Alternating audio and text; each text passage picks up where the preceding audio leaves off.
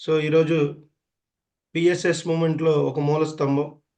పత్రి సార్‌తో దాదాపు 20 సంవత్సరాల పైనే ప్రయాణం. గురువాకు పరిపాలన. పత్రి సార్ ఏది చెప్పినా గూడా తూచా తప్పకుండా గురుగారు చెప్పినటువంటి విషయాలన్నీ ఆచరిస్తూ, సమాజంలో ఎంతోమందికి స్ఫూర్తినిస్తూ, మరి ఎక్కడ ధ్యాన మహాచక్రం ఉన్నా, మరి ఎక్కడ 41 రోజుల మండల కార్యక్రమాల ముగింపు వేడుకల్లో మరి ధ్యానరత్న, గానతుంబుర, మరి సంగీత ధ్యాన కళానిధి అయినటువంటి డాక్టర్ పిప్పల ప్రసాద్ సారు మరి ఈరోజు మనకి క్లాస్ రావటం మనందరి అదృష్టం. ఎందుకంటే సాధారణంగా జూమ్ సెషన్‌లు ఇవ్వరు. మరి నేను అడగటం సారు దానికి మరి అగ్రీ చేసి మనకి ఈరోజు అద్భుతంగా మరి జూమ్ సెషన్ ద్వారా మన జ్ఞానాన్ని అందించడానికి వచ్చారు. పత్రి సార్‌కి అత్యంత ప్రియమైన శిష్యులు. మరి ధ్యాన మార్గంలోకి వచ్చాక ఎన్నో అనుభవాలు. లక్షలాది మందికి సంగీత వేణునాదంతో మరి ఎన్నో వేదికల మీద పెద్ద పెద్ద లక్షలాది మంది మరి ధ్యాన మహాచక్రాల్లో గూడా అద్భుతమైన కార్యక్రమాలను అందించారు. దాదాపు మా ఊర్లో గూడా నేను సారు ఒక 20 ప్రోగ్రామ్‌లు చేయటం జరిగింది. అటువంటి గ్రేట్ మాస్టర్‌ని ఈరోజు మనందరం కలవటం మనందరి అదృష్టం, మనందరి భాగ్యం. ఒకసారి సార్‌కి మనస్ఫూర్తిగా వెల్కమ్ చెప్దాం క్లాప్స్‌తో. అట్లాగే మరి రీసెంట్‌గా సార్ డాక్టరేట్ కూడా తీసుకోవడం జరిగింది. కరోనా టైంలో విశేషమైన సేవలు చేశారు. దాదాపుగా రోజుకొక 50,000 మందికి అన్నదానం పేదలకి. మరి అట్లాగే కరోనా టైంలో విశిష్టమైన సేవలు చేశారు. అట్లాగే సార్ మరి దాదాపు 16 ఇన్‌స్ట్రుమెంట్స్ నేర్చుకున్నారు. మరి 16 ఇన్‌స్ట్రుమెంట్స్‌ని కూడా ఈరోజు మరి వాయిస్తూ ఉంటారు. ఈ సంగీత కార్యక్రమాల్లో. అట్లాగే లాస్ ఏంజల్స్‌లో మరి జనవరి 20, 2024న డాక్టరేట్ అందరూ గుర్తించి మరి డాక్టరేట్ ఇవ్వడం కూడా జరిగింది. సో, మనం మరొకసారి డాక్టర్ శ్రీ పిప్పల ప్రసాద్ గారికి మనస్ఫూర్తిగా నమస్సుమాంజలి తెలియజేస్తూ మనం వెల్కమ్ చెప్పుకుందాం. Welcome sir. Thank you master. Thank you. అందరికీ నమస్కారం. సార్ ఒక చిన్న విషయం చెప్పండి. ఈ సెషన్‌లో చాలా మంది కొత్త వాళ్ళు ఉన్నారు. మనం ఏ మాస్టర్ వచ్చినా కూడా ఒక 2, 3 నిమిషాలు వాళ్ళు ఆధ్యాత్మిక ప్రయాణం గురించి అడగటం జరుగుతుంది. అన్యంగా భావించకుండా మీ యొక్క ఆధ్యాత్మిక ప్రయాణం పత్రి సార్‌తో ఎట్లాగా స్టార్ట్ అయింది ఒక 2, 3 నిమిషాలు వివరించి తర్వాత మనం క్లాస్‌లోకి వెళ్దాం. ఈరోజు మన క్లాస్ కాన్సెప్ట్ వచ్చేసి కష్ట, నష్ట, అవమానాలు, ఆధ్యాత్మిక మెట్లు అనే ఒక కాన్సెప్ట్ సార్. సో, దానికి వెళ్ళే ముందు మీ యొక్క ఆధ్యాత్మిక ప్రయాణం గురించి తెలియజేయవలసిందిగా కోరుతున్నాను. ఓకే శివ గారు, థ్యాంక్ యూ. ఈ మహోతార్ ఫౌండేషన్ ఈ జూమ్ సెక్షన్లో పాల్గొని ప్రత్యక్షంగా పరోక్షంగా ఉన్నటువంటి ప్రతి ఒక్కరికి కూడా పేరు పేరున ప్రణామాలు తెలియజేస్తూ, ముఖ్యంగా మనందరి ఈ ఆధ్యాత్మిక ప్రయాణం ఈ జన్మలో మనకు ఇన్స్పిరేషన్ గా ఉన్నటువంటి డాక్టర్ బ్రహ్మర్షి పితామహ పత్రి మహారాజ్ కి, వారి గురువు గారైనటువంటి సదానంద యోగీశ్వరునకు ప్రణామాలు తెలియజేసుకుందాం. శివగారు నా గురించి చెప్పారు. అయినా కొన్ని నిమిషాలు నేను ఎలా ఈ ఆధ్యాత్మికతలోకి వచ్చాననేది తెలియజేయమన్నారు. ప్లస్ కాన్సెప్ట్ కూడా నా ఆధ్యాత్మిక ప్రయాణానికి రిలేటెడ్ గానే ఉంది. కష్టాలు, నష్టాలు, అవమానాలు అవి ఆధ్యాత్మికతకి ఎలా మెట్లయ్యాయి అనేది చక్కగా దాని గురించి వివరించుకునే ముందు, ఇప్పటి వరకు ధ్యానం చేసి మనం సద్యన సాంగత్యంలోకి అడుగు పెడుతున్నాం. అయినా ఒక్క నిమిషం ధ్యానం చేసి ఇది స్టార్ట్ చేద్దాం. ఎందుకంటే పిఎస్ఎస్ మూమెంట్ లో మాటల కంటే చేతలు చాలా ముఖ్యమైనవి. ఆ చేతల్లో ధ్యానమే అతి ముఖ్యమైనది. డాక్టర్ బ్రహ్మర్షి పితామహ పత్రి మహారాజ్ వారి యొక్క శ్వాసను పంచుకున్నటువంటి ఈ వేణువు ఒక్క 2 నిమిషాలు నేను ప్లే చేస్తాను. అందరం ధ్యానం చేసుకొని చక్కగా మనం ఈ కార్యక్రమాన్ని స్టార్ట్ చేద్దాం. Just for only 2 minutes. ఇప్పటి వరకు మీరు ధ్యానం ఎలా చేశారో అలాగే శ్వాసను గమనిస్తూ కళ్ళు మూసుకుందాం. వేణునాద అనంతరం నేనే చెప్తాను కళ్ళు తెరవమని. అప్పుడు మనందరం చక్కగా మనం సజ్జన సాంగత్యం. Close your eyes, observe your normal breath. శ్వాస మీద ధ్యాస ఉంచుదాం. కేవలం 2 నిమిషాలు.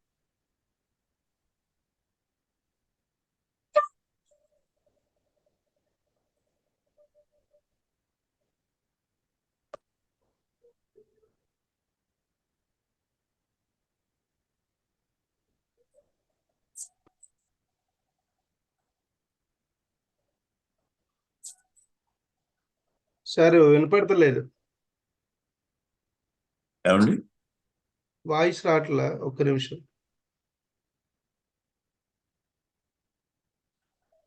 సార్, ఒక్క నిమిషం.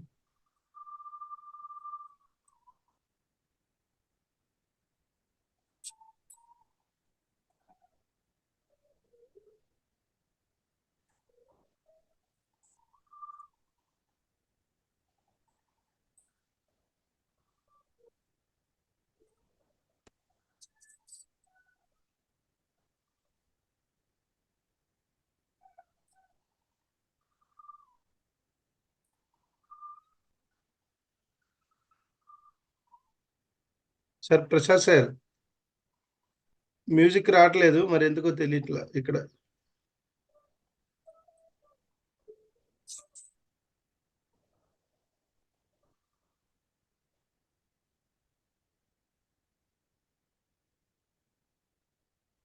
ఓకే ఫ్రెండ్స్, మెల్లిగా కళ్ళు తెరుస్తూ మామూలు స్థితికి వద్దాం.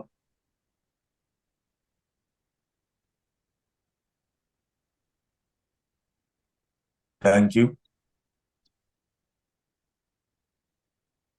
నా పేరు పిప్పళ్ళ ప్రసాదరావు. ఆంధ్రప్రదేశ్, పశ్చిమ గోదావరి జిల్లా, భీమవరం. నా వయసు ఈ జన్మలో ఈ శరీరానికి 59 సంవత్సరాలు. సుమారుగా నేను 50 సంవత్సరాల నుంచి సంగీతంతో నా జీవనం గడుస్తోంది. ఇప్పటికీ కొన్ని వేల ప్రోగ్రాంలు చేయడమే కాక ఎన్నో అవార్డులు, రివార్డులు, సన్మానాలు జరిగి ఒక 21 దేశాల్లో ఇప్పటి వరకు నేను ప్రోగ్రామ్ చేయడం జరిగింది. కేవలం 2023లోని 13 దేశాలు తిరిగి ఈ సంగీతంతో వాళ్ళందరికీ ధ్యాన పరిచయాన్ని చేసే భాగ్యాన్ని ఇచ్చాడు పత్రి మహారాజ్. నాకు 2 అబ్బాయిలు, 1 అమ్మాయి.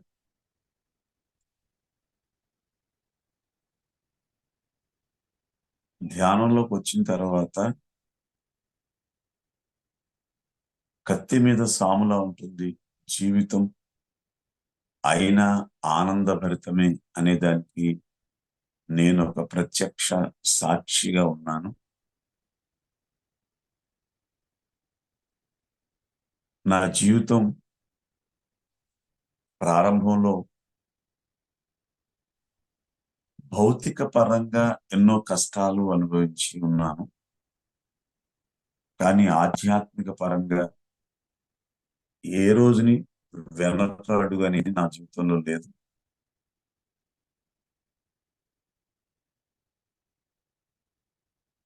అటువంటి నా జీవితం గురించి ఈవేళ రిలేటెడ్గా కష్టాలు, నష్టాలు, సమస్యలు, ఇవి ఆధ్యాత్మికతకి మెట్లు. మరి అసలు ఈ వర్డ్, ఈ కొటేషన్ ఎవరు పెట్టారో కానీ చాలా బాగుంది.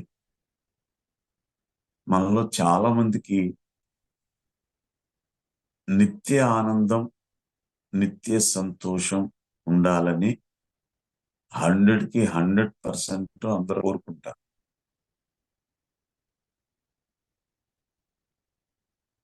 కష్టాలు గాని, నష్టాలు గాని, అశాంతి గాని కావాలని ఎవ్వరు కోరుకోరు. కానీ నేను మాత్రం మీకు ఇచ్చేవి కష్టాలు, నష్టాలు, అశాంతి అని ప్రకృతి వ్యాలీలో విశాఖపట్నం దగ్గర పత్రి మహారాజ్ ఆన్ స్టేజ్ కొన్ని వేల మంది ఉండగా ఎవరు నా దగ్గరికి వస్తారో వాళ్ళకి నేను ఇచ్చేది కష్టాలే, నేను ఇచ్చేది నష్టాలే, నేను ఇచ్చేది సమస్యలే అని చెప్తే ఆ రోజు తప్పట్లు కొట్టారు, నవ్వుకున్నారు. కానీ కావాలి అన్నవాళ్ళు చేతులు ఎత్తండి. కష్టాలు, నష్టాలు, సమస్యలు ఎవరికైతే కావాలో నా నుండి చేతులు ఎత్తండి అంటే ఆ వేల మందిలో 10ల సంఖ్యలోనే చేతులు ఎత్తారు. పత్రిజీ గారు కూడా నవ్వుకున్నారు అక్కడ. అప్పుడు మళ్ళీ నేను 2095 వరకు ఉంటాను, నాతో ఎవరైతే ఉంటారో 2095 వరకు వారికి సంపూర్ణ ఆరోగ్యం, ఏ సమస్య లేకుండా, నిత్య జాగ్రత్త, నిత్య ఆనందం అని చెప్తూ ఇవి ఎవరికి కావాలి అని అంటే అందరూ చేతులు ఎత్తారు. ఏ 10 మందో 20 మందో. అప్పుడు నవ్వుకుని ఆయన చెప్పారు, అరే నాన్న, నువ్వు ఆధ్యాత్మికంగా ఎదుగుదల ఉన్నప్పుడు, గత జన్మ కర్మలు దగ్ధమవుతున్నప్పుడు సమస్యలు వస్తాయి, కష్టాలు వస్తాయి, నష్టాలు వస్తాయి. అవి లేకుండా నువ్వు ఆధ్యాత్మికతలో ఎదగాలి అని కనుక అనుకుంటే అది ఎట్టి పరిస్థితుల్లో జరగదు, ప్రకృతికి విరుద్ధం. కానీ కష్టాలు, నష్టాలు, సమస్యలు ధ్యానం చేసే వాళ్ళకి ఉన్నా వచ్చినా అవి మనల్ని ఏమీ చెయ్యవు. ఒక ఏనుగు లాంటి సమస్య, ఏనుగు లాంటి నష్టం, ఏనుగు లాంటి కష్టం కూడా నువ్వు ఎప్పుడైతే నిరంతరం ధ్యానం చేస్తావో, ధ్యానంలో శ్వాస మీద ధ్యాసని నువ్వు లోతులకు వెళ్ళే కొద్దీ ఆ ఏనుగు లాంటి సమస్య, నష్టం, కష్టం చీమల దాని యొక్క అవతారం, దాని యొక్క సైజుని మార్చుకొని చీమల అయిపోతుంది. అది ధ్యానం యొక్క ప్రత్యేకత. చీమలా అవుతుంది కానీ పూర్తిగా దగ్ధం అవ్వదు. ఎందుకంటే కర్మ సిద్ధాంతం యాడ్ అయి ఉంది అని చెప్పారు ఆ రోజు పత్రి మహారాజ్. మరి ఈరోజు దాని గురించి మనం మాట్లాడుకుంటూ శివగారు చెప్పినట్లు నా జీవితం కేవలం కొన్ని సంవత్సరాల క్రితం ఎలా ఉండేది, ఇప్పుడు ఎలా ఉంది అనే దాని గురించి మీకు తెలియజేసే మహద్భాగ్యాన్ని ప్రకృతి ద్వారా పొందుతూ, మా నాన్నగారు ఎందుకో తెలియదు ఆల్కహాల్కి బానిస, పూర్తి బానిస. అంటే ఆయనకి మెలకు వస్తే మందు తాగేవాడు, నిద్రపోయేవాడు, మళ్ళీ మెలకు వస్తే మళ్ళీ మందు తాగేవాడు. 24 గంటలు ఇలాగే ఉండి ఉండి ఉండి ఉండి ఆయనకి ఇంచుమించుగా వాళ్ళ తల్లిదండ్రులు ఇచ్చినటువంటి వందలాది ఎకరాల పొలాన్ని అమ్మేసుకొని సొంత ఇల్లు అమ్ముకొని కేవలం తాగుడు కోసం, అన్నీ అయిపోయిన తర్వాత అక్కడ చేతులు చాచి అడుక్కోలేక మమ్మల్ని అందరినీ తీసుకుని, పిల్లలందరినీ తీసుకుని భీమవరం చేరారు. ఎందుకంటే ఇక్కడ మా అమ్మమ్మ గారి వీళ్ళ దగ్గర. సరే ఇక్కడికి వచ్చిన తర్వాత మళ్ళీ ఆయనకి ఏదో చిన్న కిల్లి కొట్టు పెట్టి అన్ని ఏర్పాట్లు చేసిన మా అమ్మమ్మ గారు వాటిని కూడా రోజు తన తాగుడు కోసం అమ్మడం, వెళ్ళి తాగి రావడం, అమ్మడం, వెళ్ళి తాగి రావడం. అది కూడా పాడు చేస్తే తర్వాత మా అమ్మమ్మ గారు వాళ్ళే మా ఫ్యామిలీని కొంతకాలం చూస్తే చూడగా మేము పిల్లలందరం ఎదిగి మా సంపాదనతో మా సంసారాన్ని నిలబెట్టుకునే పరిస్థితి వచ్చేసరికి ఆయన బాడీ వెకెట్ చేశారు నాన్నగారు. అప్పట్లో కోపం ఉండేది. ఏడుగురు సంతానం, ఏడుగురు పిల్లలను కానీ ఆయన మట్టుగా ఆయన తాగుతుండగా అమ్మగారేమో ఇంట్లోంచి బయటికి వెళ్ళరారు. మేము హలో లక్ష్మణ అంటూ తిండికి ఇచ్చాం. ఎందుకు ఈయన, ఎందుకు ఎదవజమ్మ అని మా నాన్నగారిని మేము అందరం తిట్టుకున్నటువంటి రోజులు ఎన్నో ఉన్నాయి. కానీ ఆధ్యాత్మికతలోకి వచ్చిన తరువాత అర్థమైంది ఏంటంటే ఆయన ఒక డిజైన్ ప్రకారం ప్రణాళికల్లో ఈ భూమి మీదకి వచ్చి ఆయన కర్మల్ని ఆయన దగ్ధం చేసుకొని ఆయన శరీరాన్ని విడిచిపెట్టి హ్యాపీగా ఏ లోకాలకు వెళ్ళాలో ఆ లోకాలకి వెళ్ళడానికి ఈ భూమి మీద ఎంత తను యాక్ట్ చేయాలో అంత చేసి వెళ్ళిపోయారు అని తర్వాత అర్థమై హ్యాపీ ఫీల్ అయ్యి. అప్పట్లో కష్టాలు అంటే మా పెద్దన్నయ్య గారు ఒక సైకిల్ షాప్ లో పనిచేసి రోజుకి 5 రూపాయల జీతం తెచ్చేవారు. ఆ జీతం కూడా మధ్యాహ్నం 1 గంటకి ఇచ్చేవారు వాళ్ళ ఓనర్. ఆ షాపుకి వీధి చివర మా అక్కయ్య నేను నిలబడి చూసేవాడు, ఎప్పుడు అన్నయ్య డబ్బులు పట్టుకొచ్చిస్తారని. ఆయన 5 రూపాయలు పట్టుకొచ్చేవో కానీ ఆ 5 రూపాయలు పట్టుకొని పచారీ కొట్టుకెళ్ళి పప్పు, ఉప్పు, నెయ్యి, నూనె, బియ్యం, పుల్లలతో సహా అన్ని సంభారాలు కొనుక్కొని 3 గంటలకి సుమారుగా మా అమ్మగారి దగ్గరికి వచ్చి ఇస్తే ఆవిడ గబగబా వంట చేసి 4 గంటలకి 7 సంతానాన్ని ఆ పొయ్యి దగ్గర కూర్చోబెట్టి భోజనం పెట్టారు 4ంటికి. ఆ భోజనం తిరిగి మళ్ళీ మరుసటి రోజు మధ్యాహ్నం 4 గంటలకి ఉంది. ఎందుకంటే మళ్ళీ 5 రూపాయల జీతం తెస్తే ఒకవేళ ఆ రోజు ఏ వర్షం అయినా వచ్చి ఏ సెలవైనా వచ్చి షాప్ తీయకపోతే అందరు పస్తులు ఉండేవారు. అప్పుడు మా అమ్మగారు ఏం చేసేవారంటే, నేను లాస్ట్ చివరి బిడ్డ, నేను మళ్ళీ వీడు రేపు సాయంత్రం 4 గంటల వరకు, మధ్యాహ్నం 4 గంటల వరకు ఉండలేడు అని చెప్పి ఆవిడ తినేటటువంటి భోజనం ఆ పౌటి చెంగు కప్పి దాచిపెట్టి రాత్రి 11 గంటలకి నన్ను నిద్ర లేపి, నాన్న కొంచెం అన్నం తినరా అని చెప్పి ఆవిడ భోజనం ముద్దలు కలిపి నాకు పెట్టి నన్ను పడుకోబెట్టి. అది కేవలం ఒక 38 సంవత్సరాల క్రితం మా జీవితం.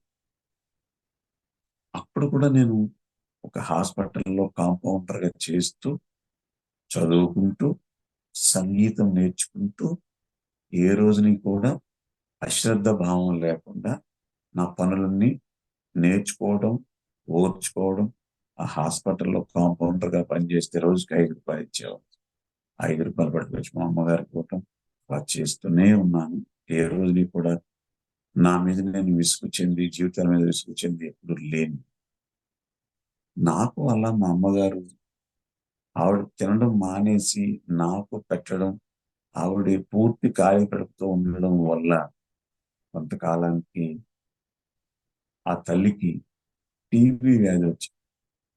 ఆ టీబీ వ్యాధితో కొంతకాలం తీసుకొని శరీరం విడిచిపెట్టారు ఆవిడ. సరే నేను ధ్యానంలోకి ఎలా వచ్చాను ఏంటో చెప్తాను.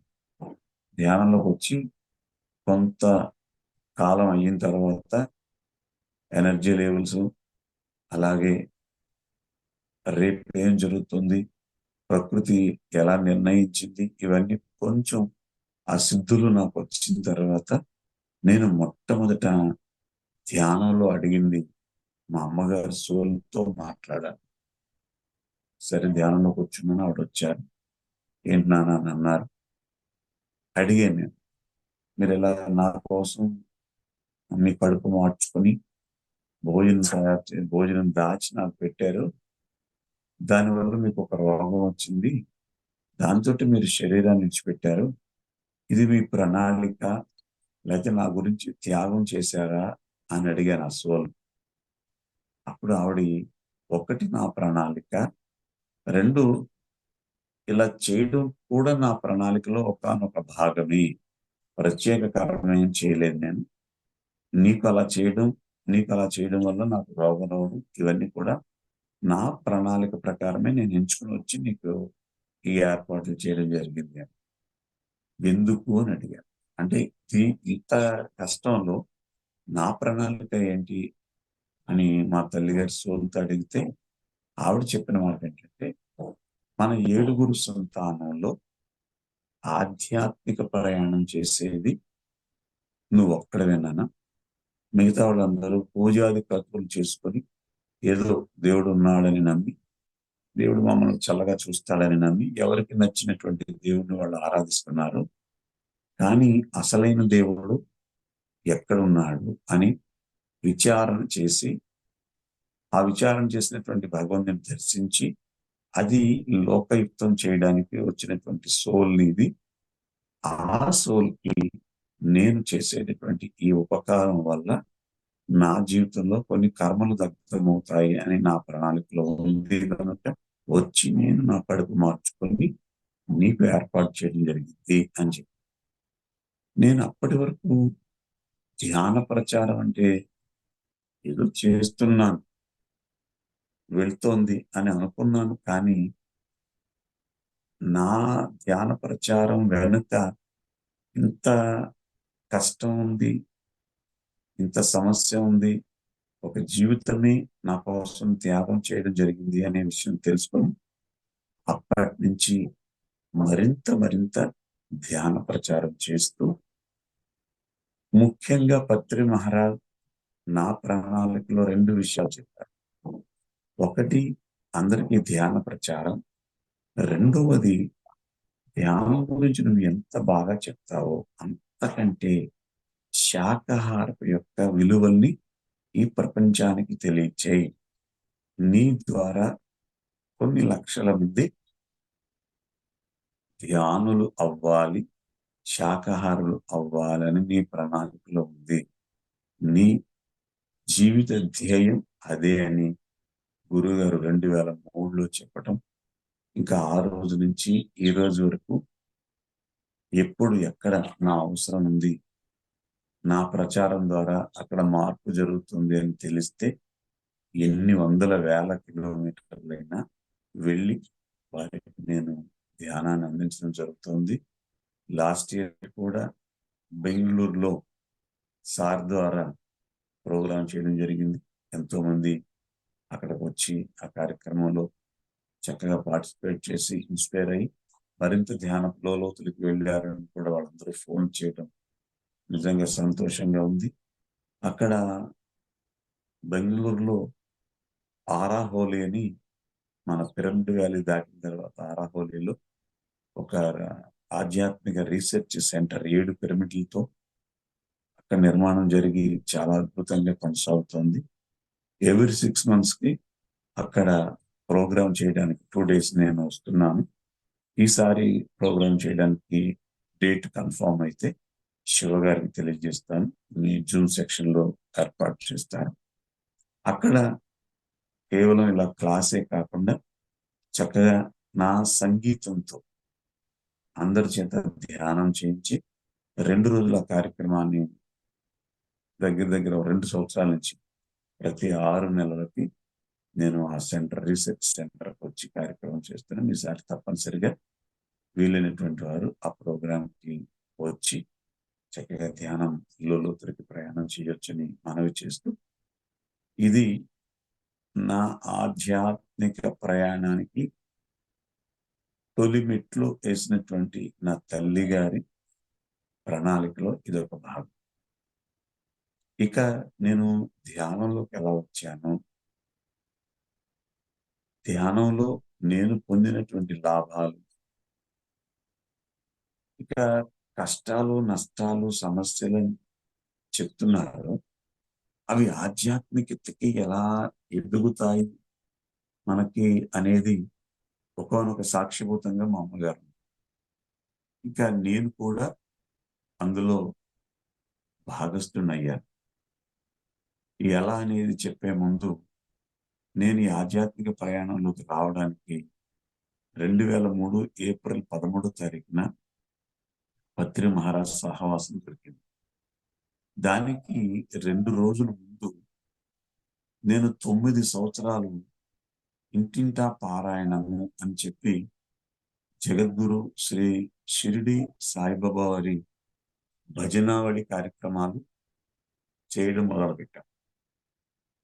9 సంవత్సరాలు నా కార్యక్రమాలు నేను చేస్తూ ప్రతిరోజు సాయంత్రం 5:30 నుండి 9:30 వరకు ఏదో ఒక ఇంట్లో ఎవరొకళ్ళ ఇంట్లో పారాయణం చేసేవాడు. అంటే బాబా గారు సచ్చరిత్ర చదవటం, విష్ణు సహస్రనామం, లలితా సహస్రనామం, సాయి చాలీస, కొన్ని సంకీర్తనలు, సాయి సచ్చరిత్ర నుండి ఒక అధ్యాయం పారాయణం, మంగళహారం ఇలా పెట్టారు. అది సెంటిమెంట్ గా ఒకళ్ళిద్దరు ఇళ్లలో కార్యక్రమం చేయడం, వాళ్ళకి ఏదో కలిసి వచ్చిందని చెప్పడం, అది ఆ నోట ఈ నోట అందరికీ తెలిసి పశ్చిమ గోదావరి జిల్లాలో 9 రోజులు అనుకున్నది 49 అయింది, 108 అయింది, సంవత్సరం అయింది. అలాగే 9 సంవత్సరాలు పూర్తిగా ఆ కార్యక్రమం చేయడం జరిగింది. 9 సంవత్సరాల్లో 27 రోజులు మాత్రమే నేను ఆబ్సెంట్ అయ్యాను. మిగతా అన్ని రోజులు నేను కార్యక్రమం చేస్తూనే ఉన్నాను. ఆ కార్యక్రమాలు అంతా అయిన తర్వాత 9 సంవత్సరాలు పూర్తయిన తర్వాత ఏదో చిన్న ఫంక్షన్ చేశాం. ఆ ఫంక్షన్ అయినటువంటి మర్నాడు నాకు కబురు చేసి, ప్రసాద్ గారు మీరు మధ్యాహ్నం మీటింగ్ జరుగుతుంది గుళ్ళో, అంటే ఒక గుడి తరపున చేశాం. ఆ గుడికి ఎంతో లాభం కూడా చేకూర్చి, ఆ గుళ్ళో ఫంక్షన్ జరుగుతుంది, మీరు తప్పనిసరిగా రావాలి. నేను ఎక్స్పెక్ట్ చేసింది ఏంటంటే 9 ఏళ్ళు ఇంత నిస్వార్థంగా సేవ చేశాను కనుక వాళ్ళు నాకు ఒక సన్మానము, లేకపోతే ఏదైనా బంగారం లాంటి ఒక సువర్ణ సత్కారము ఏదో చేస్తారేమని ఎక్స్పెక్ట్ చేసి చాలా ట్రిమ్గా తయారై గుడికి వెళ్ళాను. అప్పటికే ఒక 20 మంది కమిటీ సభ్యులు ఉన్నారు, నేను కూడా కూర్చున్నాను. ప్రసాద్ గారు, మేమందరం ఒక విషయాన్ని తీర్మానం చేసుకున్నాము, దయచేసి మీరు అన్యదా భావించవద్దు, అది వినాలి మీరు. చెప్పండి స్వామి అన్న. రేపటి నుంచి ఈ గుడి దగ్గరికి మీరు రావద్దు, ఈ గుడి తరపున ఏ కార్యక్రమాలు మీరు చేసుకోవడానికి వీలు లేదు, మీరు సొంతంగా చేసుకుంటే చేసుకోండి తప్ప మా గుడి తరపున మీరు రావడం కార్యక్రమాలు చేయొద్దు అని చెప్పగానే నేను ఒకసారి నిర్ధారణపోయాను. వీళ్ళు ఏదో సన్మానం బంగారం ఏదో చేస్తారని నేను వస్తే అసలు ఆ గుడికే రావద్దు అన్నారు. ఏమిటని అడిగాను. ఎవరు చెప్పలేకపోతున్నారు. అందులో ఒక ఆయన చెప్పాడు అనమాట, ఏం లేదు సార్, వీళ్ళందరూ ఒక 2 గంటల నుంచి మీటింగ్ లో ఉన్నారు, మిమ్మల్ని ఇప్పుడు రమ్మన్నారు, కానీ ఇప్పుడు పొద్దు నుంచి మీటింగ్ లో ఉన్నారు. వీళ్ళ సమస్య ఏంటంటే ఈ గుడికి ధర్మకర్త, చైర్మన్, ప్రెసిడెంట్ ఇలా ఏ పదవులు ఉన్నాయి, ఏదైనా భక్తులు కమ్యూనికేట్ చేయాలంటే పూర్వం వాళ్ళ దగ్గరికి వెళ్ళేవారు, ఇప్పుడు ఈ గుడి దగ్గరికి ఎవరు వచ్చినా తిప్పల ప్రసాద్ గారు ఏరి, గురువు గారు ఏరి అని అడుగుతున్నారు. అది వీళ్ళందరికీ ఇబ్బందిగా ఉంది, అందుకని మిమ్మల్ని గుడి దగ్గర నుంచి తప్పించాలని వీళ్ళు ప్లాను అని చెప్పాడు. ఇప్పుడంటే నవ్వుకున్నాను, కానీ ఆవేళ చాలా కోపం వచ్చింది నాకు. అరే, నూనె పెట్టడానికి, దీపారాధన పెట్టడానికి ఇక్కడ ఇబ్బందిగా ఉన్నప్పుడు ఇంటింటా పారాయణ తిరిగి ఇన్ని నేర్చుకొని అందరినీ గుడికి పరిచయం చేసి గుడికి వచ్చేలా చేస్తే ఆఖరికి నన్నే పొమ్మంటున్నారు వీళ్ళు అని చెప్పి చాలా చాలా కోపం వచ్చింది. కానీ తమాయించుకున్నాను కోపాన్ని. వాళ్ళని ఏదైనా చెయ్యాలనుకున్నాను, అవకాశం కుదరలేదు. ఆ వీధిలోనే 1 సెంటు 2 సెంట్లో భూమి కొని ఇంకొక సాయిబాబా గుడి కట్టి, ఈ గుడికి పాత గుడికి ఎవరు వెళ్లకుండా చేసి నేను కట్టిన గుడికి అందరిని రప్పించుకుందామని ప్లాన్ చేశాను. కానీ తాను ఒకటి తలిస్తే దైవం ఒకటి తలుస్తుంది అనే దానికి నేను ప్రత్యక్ష ఉదాహరణ కనుక అవి ఏమీ జరగలేదు. ఆ అవమానం జరిగినటువంటి 2వ రోజున పత్రిజీ గారి ప్రోగ్రాం ఆకివీడులో ఉందని తెలిసి ఈ అశాంతితో ఉన్నటువంటి నేను అక్కడికి వెళ్ళి కూర్చోవడం, ధ్యానం చేయడం, ఇదేదో బాగానే ఉంది, ఈ ధ్యానం చేసుకుంటే బెటర్, మనకి గోలంత అవసరం అని అనిపించింది. ఆ ఆనందంలో పత్రిజ్ గారు అందరికి షేక్ హ్యాండ్ ఇస్తుంటే నేను వెళ్ళి ఆయన కాళ్ళకి దండం పెట్టడం, ఆయన చక్కగా లేవదీసి లాగి ఒక్క లెంపకాయ కొట్టి, నాకు ఎందుకు దండం పెట్టావురా అని అడిగాడు ఆయన. అప్పటికే దండం కొట్టేసరికి నాకు వాళ్ళందరి ముందు కొట్టడంతో చాలా అవమానం అయిపోయింది. ఆ అవమానంతో అలా నిలబడి చూస్తుంటే, ఎరా ఎందుకు దండం పెట్టావురా నాకు, నువ్వు కాళ్ళు ఎందుకు పట్టుకున్నావురా అని అడిగాడు. అదేంటి సార్ మీరు గురువు గారు కదా అన్నాను. అంటే నేను గురువు గారిని అయితే నువ్వు పనికిమాలినోడువా అన్నా. కాదు సార్, మీరు దేవుడు కదా సార్, దేవుడిలా కనిపించారు సార్. నేను దేవుడైతే నువ్వు దెయ్యానివా అని చెప్పి మళ్ళీ ఇంకొక లంపకాయ కొట్టి, నీలో ఉన్నవాడు నాలో ఉన్నవాడు ఒక్కడే, కాకపోతే నాలో ఉన్నవాడు గురించి నేను తెలుసుకున్నాను, నువ్వు ఈవేళ తెలుసుకోవడానికి వచ్చావు అన్నాడు. ఈ రోజు తెలుసుకోవడానికి వచ్చావు అన్నప్పుడు అర్థమైంది, అంటే ఏదో ఉంది ఇక్కడ. అయినా మామూలుగా మాటలతో చెప్పొచ్చు కదా కొడతాడా అని చెప్పి ఆ నెక్స్ట్ ప్రోగ్రామ్ కైక్లూరులో ఉంటే సాయంత్రం మళ్ళీ కైక్లూరు వెళ్ళా. అక్కడ ఒక 20 కిలోమీటర్లు. కైక్లూరులో ప్రోగ్రామ్ జరుగుతుండగా స్టేజింగ్ మీద చెప్తున్నాడు ఆయన, షిరిడి ప్రవేశమే సర్వదుఃఖ పరిహారం అనేది దాని గురించి. ఆ షిరిడి ఎక్కడో లేదు, నీ లోపలే ఉంది. నీ లోపల ఉన్నటువంటి షిరిడిలో ప్రవేశించాలంటే నీకు ఒక గురువు కావాలి. ఆ గురువు పేరు శ్వాస. అది అసలైన షిరిడి అని చెప్తున్నప్పుడు నాకు అప్పటి వరకు దగ్గర 15-16 సంవత్సరాల నుంచి షిరిడి సాయి భజనలు చేస్తూ షిరిడి సాయి గురించి సత్సంగం చెప్తున్నాను. కానీ అసలైన షిరిడి నాలో ఉందని, అసలైన షిరిడిలోకి వెళ్తేనే పూర్తి కర్మలు దగ్ధమవుతాయి, సర్వ దుఃఖాలు పరిహారం అవుతాయి అని చెప్పి సాయిబాబా చెప్పినట్లు ఇదే 100కి 100% పర్ఫెక్ట్ అని అన్నట్లుగా నాకు నిర్ధారణ అయిపోయింది. ఇంకా ఆ రోజు నుంచి నా ఆధ్యాత్మిక ప్రయాణం స్టార్ట్ అయింది. ఈ ఆధ్యాత్మిక ప్రయాణంలో ఓర్చుకుని నువ్వు గనక కొనసాగగలిగితే నేర్చుకుంటావు.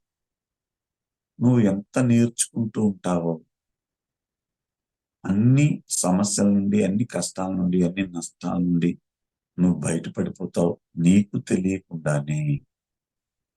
చాలా మంది ఇక్కడే కొంచెం బ్యాక్ స్టెప్ వేస్తారు. మనకి ఇంతమంది దేవుళ్ళు రావడానికి, ఇంతమంది దేవుళ్ళు ఆరాధించడానికి, రోజుకు ఒక మతం పుట్టుకు రావడానికి కూడా కారణం ఇది. ఒక కష్టం వచ్చి మనం ఎక్కడో దాని గురించి అప్లికేట్ చేస్తే అదేం ఫలితం అవ్వలేదు అనుకోండి, వెంటనే అక్కడ ఉన్నటువంటి ఆ దైవాన్ని కానీ లేదా ఆ మతాన్ని కానీ ఆ పరిస్థితుల్ని పూర్తిగా వ్యతిరేకించి వేరే దాంట్లోకి వెళ్తాం. కానీ నాకు తెలిసి నువ్వు ఏది ఆరాధన చేస్తున్నావు, ఏ దైవాన్ని ఆరాధన చేస్తున్నావు, ఏ రూపాన్ని ఆరాధన చేస్తున్నావో, ఏ మతంలో ఆరాధన చేస్తున్నావు, నువ్వు అక్కడ నిలబడి పూర్తిగా సర్వస్వ శరణాగతి వేడితే అక్కడి నుంచి నువ్వు ఏదైనా సాధించగలవని మాత్రం నేను నొక్కి నుంచి చెప్పగలను. ఎందుకంటే సుమారుగా 35 సంవత్సరాలుగా నేను ఆధ్యాత్మిక జీవితంలోనే ఉన్నాను. అవి భజనలు అవనివ్వండి, కొంతకాలం అవన్నీ కూడా ఈరోజు ధ్యానంలో రావడానికి నాకు మెట్లే కదా. చాలా మంది భజనలు వేస్ట్, పూజలు వేస్ట్, యాత్రలు వేస్ట్ ఇవన్నీ చెప్తారు. కానీ అవన్నీ తరగతులు. అవన్నీ చేస్తేనే వాటిలో తక్కువ ఫలితం ఉంది, దీని ధ్యానంలో ఎక్కువ ఫలితం ఉందని తెలిసింది నాకు. నేను డైరెక్ట్ గా ధ్యానంలోకి వచ్చుంటే దీని తర్వాత ఇంకా ఏమన్నా ఉందా, ఇంకా తొందరగా ఫలితం వచ్చేస్తే ఏమన్నా ఉందా అని ఆలోచన చేద్దునేమో. అవన్నీ చేయడం వల్లే నేను ఈ రోజున ఇలా నిలబడగలిగింది. అందుకని మనం కూడా పూజలు చేసేవారిని కించపరచకూడదు. వాళ్ళలో వాళ్ళకి చక్కగా ప్రేమతో ఈ సమయాన్ని ధ్యానం చేస్తే మరి కాస్త లాభాన్ని పొందుతారు అని. ఈ లాభం మనం పొందినటువంటి లాభం మన ప్రవర్తనలో మార్పు, మన మాటలో మార్పు, మన చేతల్లో మార్పు వాళ్ళు దర్శించేలాగా ఉండాలి. ఉన్నప్పుడు ఆటోమేటిక్గా మనం గంటలు గంటలు వాళ్ళకి చెప్పవలసిన పని లేదు. ఓహో, మొన్నటి వరకు ఈయన ఇలా ఉన్నాడు, ధ్యానం చేస్తే ఇంత సౌమ్యత వచ్చింది, ఇంత మాట క్లారిటీ వచ్చింది, ఆయన ప్రవర్తన సంఘం పట్ల, సమాజం పట్ల ఇంత బాగుంది అంటే ధ్యానం కరెక్టే అని ఆటోమేటిక్గా వాళ్ళకి ఆ ఆలోచన రావు. ఇక లాభాలు చాలా పొందాను, నేను పొందుతూనే ఉన్నాను. ఒకప్పుడు ఏదైనా ఈ కాన్సెప్ట్లో అంటే ఈ రోజు అనుకున్నటువంటి కష్టము, నష్టము, సమస్య అనుకునేది కూడా నా జీవితంలో లాభంగానే మారిపోయింది, ఆనందంగానే మారిపోయింది, సంతోషంగానే మారి మనం అవి తట్టుకోలేక అయ్యి బాబోయ్ అని అనుకున్నాము అంటే అది ఏదో ఒక రోజు దాన్ని పర్యవసానం మనం అనుభవించవలసింది. ఎందుకంటే కర్మ సిద్ధాంతం, మీకు కర్మ సిద్ధాంతంలో ఒక చిన్న మాట చెప్తాను. అంటే ఎలా ఉంటుంది కర్మ సిద్ధాంతము అనేది. సాయంత్రం తన ఇంట్లోనే, తన బెడ్రూమ్లోనే తలుపు తీసి చూసేసరికి యమధర్మరాజు అంటే యముడు కూర్చుని ఉండడం చూస్తాడు. ఒక ఒక హ్యూమన్ బీయింగ్ అంటే ఒక మనిషి. వీడికి రెండు ఒక్కసారి గుండె గుబేలమంటుంది యముడిని చూసేసరికి. స్వామి, ఏం స్వామి మా బెడ్రూమ్ లో తిష్ట వేసావు అంటే, నానా ఈ రాత్రి నీకు చివరి రాత్రి, తెల్లవారుజామున నిన్ను తీసుకెళ్ళడానికి వచ్చాను, అది కూడా ఇక్కడి నుంచే, ఈ ప్లేస్ నుంచే అని అంటాడు. వీడికి ఇంకా చెమటలు పడతాయి. స్వామి అది అన్యాయం స్వామి, ఒకసారి అసలు నా పేరు ఉందా లేదా సినిమాలో లాగా, లేకపోతే వేరే పేరు మీద ఉందా, నా దగ్గరికి వచ్చారు, ఒకసారి చూడండి స్వామి అంటే ఆ లిస్ట్ చూపించి యముడు, ఇదిగోరా నాన్న, నీ పేరు మొదటి పేరు ఉంది రేపు నేను తీసుకెళ్లే వాళ్ళలో నీ పేరే ఫస్ట్ ఉంది, ఇదిగో చూడు అని. ఇంకా చూసిన తర్వాత ఇంకేం చేయాలి?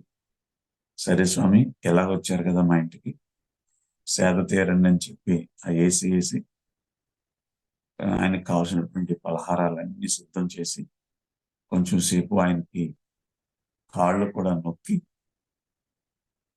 పడుకోండి స్వామి, తెల్లవారుజామున బయలుదేరదాం అని చెప్పి ఆ తను ఏం చేయాలి, తప్పించుకోవాలంటే ఎలా, మరి కొద్ది రోజులు ఉండాలంటే ఎలా అని చిన్న ప్లాన్ చేస్తాడు ఈ మనిషి. చేసి ఏం చేస్తాడంటే ఆయన దగ్గర ఉన్నటువంటి ఆ పేర్లలో ఆ మొదటి పేరు చెరిపేసి ఆ పేరు ఆ లిస్ట్ లో చివరి రాస్తాడు. అంటే మరొక 24 గంటలు అక్కడ టైం ఉండాలి. సరే పడుకుంటాడు. తెల్లవారుజామున లేచిన తర్వాత, నాయన లేవి నాయన బయలుదేరదాం అంటాడు యముడు. వీడు ఎందుకు పోయి ఎంత హ్యాపీగా ఎందుకు పడుకున్నాడంటే, నా పేరు తీసేసి కింద పెట్టాను కదా, అంచేత ఇంకా నాకు 24 గంటలు టైం ఉంది, ఈ లోపల ఇంకో తెలివితేటలేదో ఉపయోగిద్దాం, యముడి బొట్లో వేసుకుందాం అని పాపం ఆలోచనతో ఆనందంగా పడుకున్నాడు, మెలకు రాదు. సరే యముడు నిద్ర లేపి, నాయన బయలుదేరదాం అంటే, స్వామి మీరు లిస్టు సరిగ్గా చూడలేదు, ఒకసారి చూసి నాకు చెప్పింది స్వామి అంటే. అప్పుడు యముడు ఏమనుకుంటాడంటే, అరే నన్ను ఇంత ప్రేమగా చూసి కాళ్ళు నొక్కి నాకు కావాల్సిన వసతులని ఏర్పాటు చేశాడు, వీడికి ఎందుకు ఆ కొంచెం టైం ఇద్దాం అని పాపం ఆయన జాలితో దయతో తలచి రాత్రి టైంలో మెలకు వస్తే ఏం చేస్తాడంటే, ఆ లిస్ట్ లో ఉన్నటువంటి పేర్లని ఇలా తిరగేసి పెట్టు, ఆయన ఏదనుకుంటే జరుగుతుంది కదా. ఇలా తిరగేసి పెట్టినప్పుడు ఏమైంది, చివరిలో వీడి పేరు చెరిపేసి రాసుకున్నాడు కదా, ఈ పేరు మళ్ళీ మొదటికి వచ్చి అదంతా దివ్య దృష్టితో చూశాడు యముడు. ఒరే నాయన, కర్మ సిద్ధాంతం అంటే ఇదే, నీకు ఒక 24 గంటలు టైం ఇచ్చి నీ పేరుని చివర పెడదామని చెప్పి నేను ఈ లిస్ట్ని తిప్పాను. కానీ నీ తెలివితేటలతో ఏం చేసావో చూడు, ఆ మొదటి పేరుని చెరుపు కింద రాసుకున్నావు నువ్వు. ఇది కర్మ సిద్ధాంతం అంటే అని చెప్పి నవ్వుకుంటాడు. మీకు అర్థమైంది అనుకుంటున్నాను. ఎవ్వరూ దాన్ని తప్పించుకోలేరు. కానీ ధ్యానం చేస్తే ఏనుగు లాంటి కర్మ చీమలా మారడానికి అవకాశం ఉంది. ఎన్నోసార్లు పత్రి మహారాజు నోటి వెంట చీమ మనకి పెద్ద అపకారం ఏం చేయలేదు, ఏదో పుడితే చిన్నగా మండుతుంది. అది ఏనుగైతే మనం మొత్తం మనిషి జీవితం అయిపోతుంది, కథమైపోతుంది. అలా చీమలా మార్చుకోవచ్చు పర్ఫెక్ట్ మెడిటేషన్ వల్ల. చాలా మంది ధ్యానం చేస్తున్నాను, 3 గంటలు చేస్తున్నాను, 6 గంటలు చేస్తున్నాను, 8 గంటలు చేస్తున్నాను, 10 సంవత్సరాల నుంచి చేస్తున్నాను, 20 సంవత్సరాల నుంచి చేస్తున్నాను, కానీ ఎక్కడ వేసిన గొంగలి అక్కడే ఉంది అని అంటుంది. మరి నువ్వు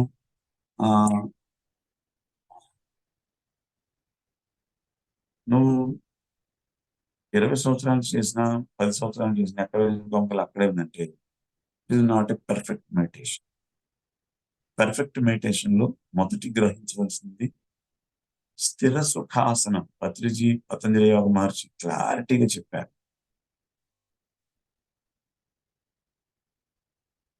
స్థిర సుఖ ఆసనం, స్థిరంగా ఉండాలి, సుఖంగా ఉండాలి నీ ఆసనం. అంటే నువ్వు ఎలా కూర్చున్నా పర్లేదు, కానీ నీ వయసు ఎన్ని సంవత్సరాలు, అన్ని నిమిషాలు ఒక శిలలా ఉండాలి. ఫస్ట్ కనుక మనం అది చేయగలిగితే చాలా చాలా విజయానికి దగ్గరలో ఉన్నట్టే.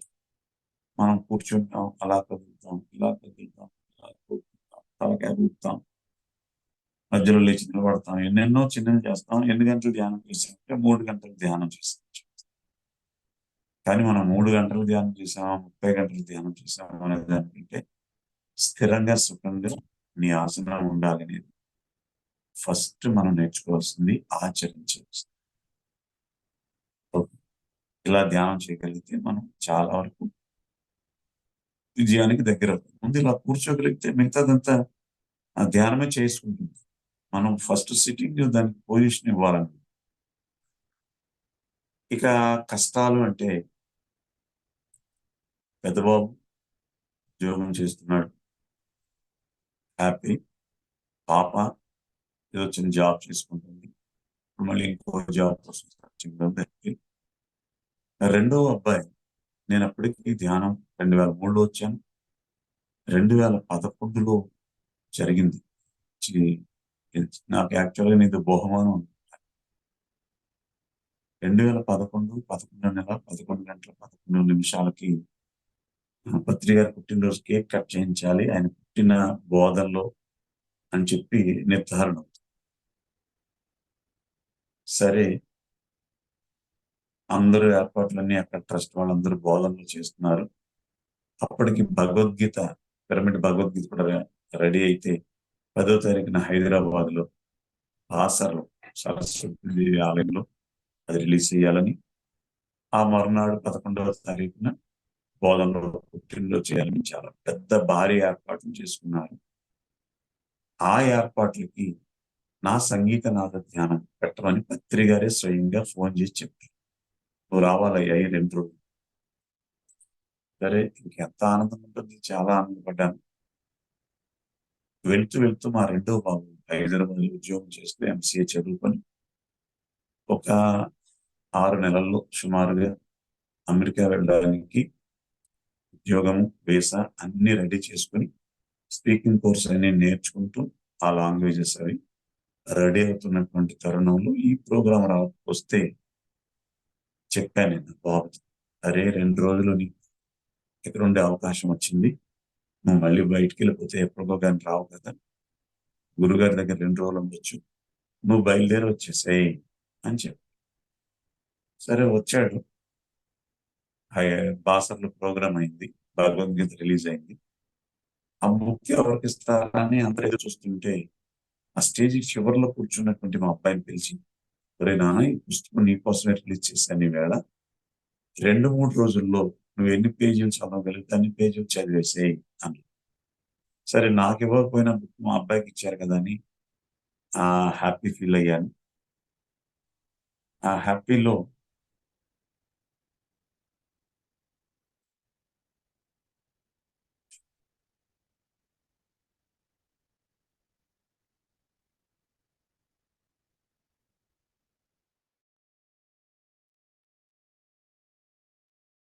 సార్ వాయిస్ వినపడతలే.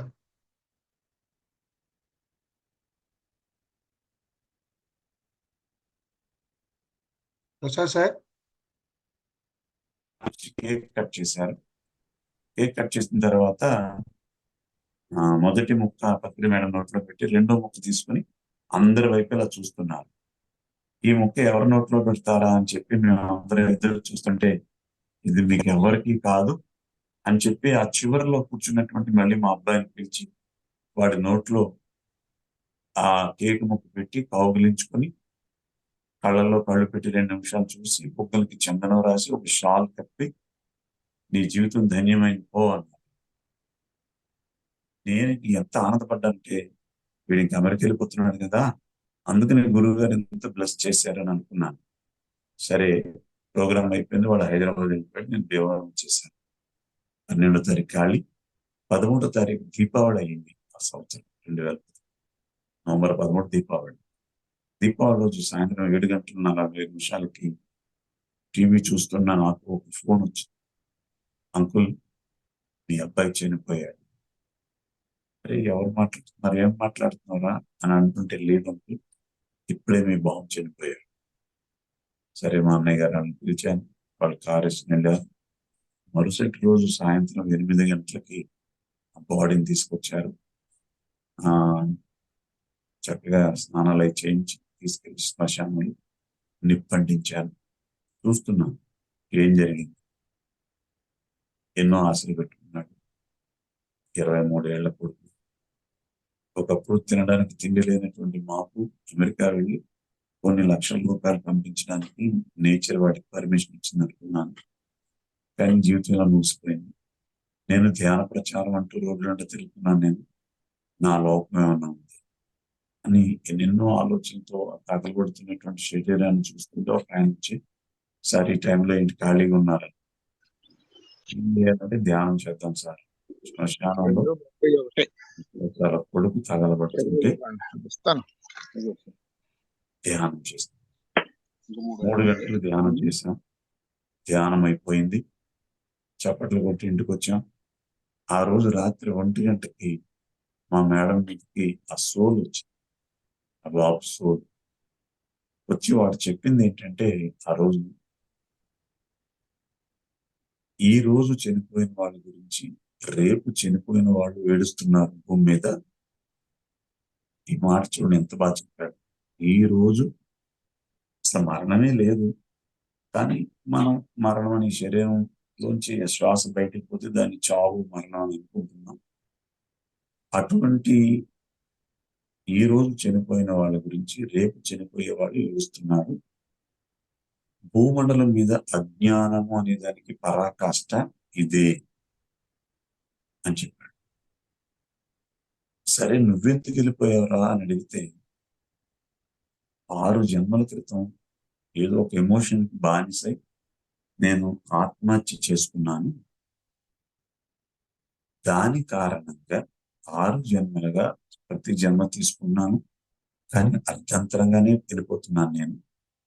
ఈ జన్మ చివరి జన్మ చేసుకోవాలని వచ్చాను మీ ద్వారా. కానీ మీరు కొంతకాలం మీ స్నేహితుల వల్ల మాంస భక్షణ చేశారు కనుక ఆ ఎనర్జీలు సరిపోలేదు. లేదా ఎప్పుడు వెళ్ళిపోతుంది. నేను గురుగారి దగ్గరికి రావడం, ఆయనకి సత్యం తెలుసు కనుక నన్ను చూసి, ఒరే నీకు ఇక్కడ పని ఏంటిరా, సత్యలోకాల్లో బోర్డు పని ఉందని చెప్పినట్లుగా నా కళ్ళల్లో కళ్ళు పెట్టి చూసి, నాకు ఈ శరీర వ్యామోహం తొలగించి ఇక్కడి నుంచి వెళ్ళిపోవడానికి కావాల్సిన ఎనర్జీస్ నాకు ఇచ్చారు. నేను హాయిగా సత్యలోకాలకి వెళ్ళాను. నన్ను నేను వెళ్ళాను కూడా గురుగారి దగ్గర ఉండి తీసుకెళ్ళి అక్కడ దింపి వచ్చారు. అందుకని నేను హ్యాపీగా ఉన్నాను. మీరందరూ హ్యాపీగా ఉండండి అని చెప్తూ చేతిలో మాట తీసుకున్నాడు మా ఇద్దరి చేత, భార్యాభర్త ఇద్దరి చేత. ఏమనంటే జీవితంలో వాడి విషయం పట్ల ఎటువంటి దుఃఖము ఏడుపు ఉండకూడదని మాట తీసుకుని వెళ్ళిపోయాడు. ఆ ఇంట్లో వెళుతుంది, వాడు వాడిన వస్తువులన్నీ ఉన్నాయి. అవి చూసినప్పుడు అరే వీడుంటే బాగుండు కదా, ఈ వాడుకునేది కదా అని అంది. కానీ దుఃఖం అయితే లేదు. ఎందుకు దుఃఖం లేదు అంటే జ్ఞానం ఉంది మనకి.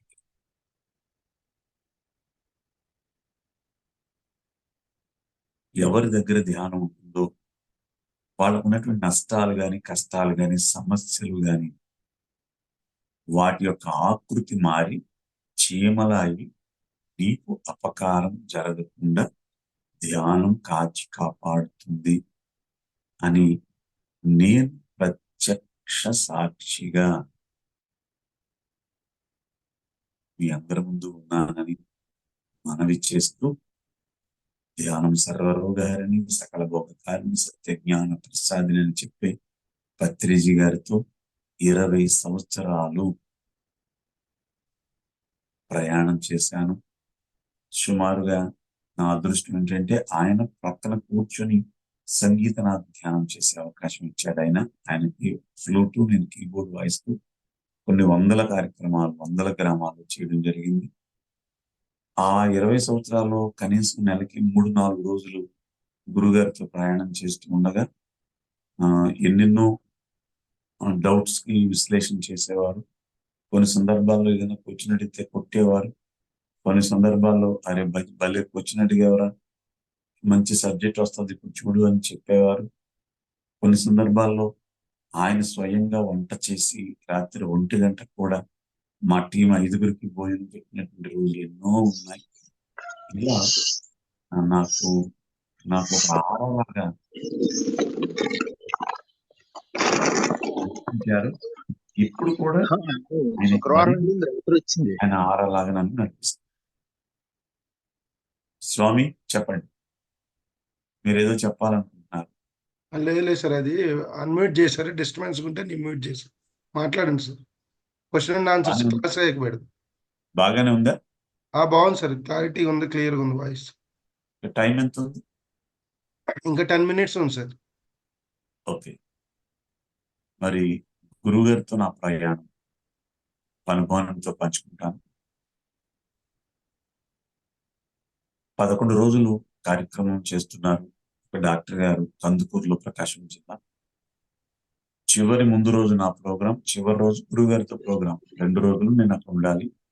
చివరి రోజు గురువు గారు చీరాల పోర్ట్లో ఉన్నారని తెలిసి ఆయన ఆహ్వానించడానికి 10 మంది బయలుదేరుతుంటే వాళ్ళతో పాటు నన్ను కూడా రమ్మండం, నేను కూడా బయలుదేరి వెళ్ళడం, తెల్లవారుజామున 3 గంటలకి గురువు గారి దగ్గరికి వెళ్ళడం. ఇది వీడియో కూడా ఉంది ఐటీసీ రెడ్డి గారి దగ్గర, ఎవరికైనా కావాలంటే తీసుకోవచ్చు. అక్కడికి వెళ్ళడం, ఈ టైంలో ఎందుకు వచ్చారని గురువుగారు వెళ్ళడం, సార్ మిమ్మల్ని వెల్కమ్ చెప్పడానికి వచ్చామని చెప్తే, అరే మీకు చాలా పని ఉంది అక్కడ, వెళ్ళిపోండి, నేను మధ్యాహ్నం బయలుదేరి వస్తానులే అన్నారు. సరే సార్ అని చెప్పి వెనక తిరుగుతుంటే ఎలా వచ్చారు కదా, స్నానాలు చేసి టిఫిన్ పెడతానని చెప్పారు. వెళ్ళాం కదా, స్నానం చేసి 4:30, 5:30 వచ్చాం అని అప్పుడు టిఫిన్ రెడీ చేశారు. మా 11 మంది వెళ్ళాం, టిఫిన్ పెట్టారు, తిని బయలుదేరుతుంటే ఎలా ఇంత దూరం వచ్చావు కదా కుప్పళ్ళ, వీళ్ళందరినీ తీసుకెళ్ళి ఆ ఫ్రెండ్కి షేక్ హ్యాండ్ ఇచ్చేళ్ళు అన్నారు. ఆయన ఎవరు ఆ ఫ్రెండ్, అందరూ అక్కడే ఉన్నాం, మళ్ళీ ఎవరికి షేక్ హ్యాండ్ ఇవ్వాలని ఆలోచన చేస్తుంటే, చూడు నీ ఫ్రెండ్ నీ కోసం ఎదురు చూస్తున్నాడు అని ఆ కిటికీ తలుపు తీస్తే అందులోంచి కనిపించిన ఫ్రెండ్ ఎవరంటే సముద్రుడు. కోర్టులో ఉన్నారు కదా నా చీరాలు. సముద్రుడికి షేక్ హ్యాండ్ ఇవ్వాలి అనే విషయం, అది కొత్తగా ఆ వర్డ్ విన్నాను నేను. అలాంటి సార్ తప్పనిసరిగా టచ్ చేసి వెళ్తాను సార్ అని చెప్పి వెళ్తుంటే, నేను వస్తానులే అని చెప్పి ఆయన కూడా లేచి చెప్పులేసుకుని మా వెనకాల వచ్చారు. అలా ఆ ఇసుక తిప్పల్లోంచి సముద్రం వైపు వెళ్తున్నాం. సార్ మా ముందు నడుస్తున్నారు. ఆ కెరటాలు వస్తుంటే ఒక్కొక్క కెరటానికి అలా షేక్ హ్యాండ్ ఇస్తున్నట్లుగా ఆ కెరటాన్ని ఇలా పట్టుకుని ఆయన లోపల నడుస్తూ వెనక్కి తిరిగి చూశారు. మేమందరం గట్టు మీద ఉన్నాం. ఏంటి రావట్లేదు అన్నారు. వస్తాం సార్ అన్నాం. ఎందుకంటే అందరం స్నానాలు చేసి రెడీ, కొత్త బట్టలు వేసుకున్నాం. అవి ఎక్కడ పాడవుతాయో వాటర్లో దిగుతాను, దిగట్లేదు నేను. ఆయన ఒక్కసారి పైకి వచ్చి ఒక్కొక్కడ కాలర్ పట్టుకుని నా లోపలికి లాగారు. అప్పుడు టైం సుమారుగా 6 గంటలు అవుతుంది ఉదయం. ఆడుకున్నాం, పాడుకున్నాం, యోగవేమన భజ్యాలు చెప్తున్నారు, సైలెంట్ మెడిటేషన్ అన్నారు, తర్వాత మళ్ళీ గ్రూప్ మెడిటేషన్ అన్నారు, ఏ జోకులు వేస్తున్నారు, నన్ను పాటలు పాడమన్నారు, నేను పాటలు పాడుతున్నాను, చప్పట్లు కొట్టించారు, అసలు మొలగమంటున్నారు, తేలమంటున్నారు. అలా చేస్తున్నాం. శివప్రసాద్ గారు అని చెప్పి పత్రిజీ రైట్ హ్యాండ్ ఆయన వచ్చి, సార్ 12:30 అయింది, ఇంకా రారా బయటికి అన్నారు. అప్పుడు అర్థమైంది, అంటే ఉదయం 6 గంటలకు దిగినోడు 12:30 వరకు మాకు టైం కూడా తెలియలేదు. వచ్చేస్తున్నాం శివప్ప రెడీ అవ్వండి అని చెప్పారు. ఇప్పుడు వెళ్దామా అన్నారు. ఓకే సార్ అన్నారు. ఎలా ఉంది అన్నారు ఆయన ఆ వాటర్ లో ఉండగానే. చాలా బాగుంది సార్, అసలు ఇంత టైం తెలియలేదు సార్. ఇలా కాదు, ఇప్పుడు మనం పీక వరకు ఇప్పటి వరకు సముద్రుడు తడుతున్నాడు కదా, తల తడవాలంటే ఏం చేస్తున్నాం అన్న. కెరటం వచ్చిన వాళ్ళ ఇలా అవుతున్నాం సార్ అని. అంటే అలా కాదయ్యా, ఇక్కడ వరకునేమో సముద్రుడు తడపాలి, ఇక్కడ నుంచి వరుణదేవుడు తడపాలి, నాకు అలా ఉందయ్యా అని అన్నారు ఆయన. సార్ ఈ టైంలో ఇంత ఎండలో ఎలా సాధ్యం సార్ అని నాకు తెలియక, అంటే చూద్దాం, రిక్వెస్ట్ చేద్దాం వరుణదేవుడిని అని చెప్పి ఈ చూపుడు వీళ్ళ పైకి పెట్టి, please I want train, please I want train అని ఇలా పైకి చూసి చెప్పారు. చాలా ఎండగా ఉంది.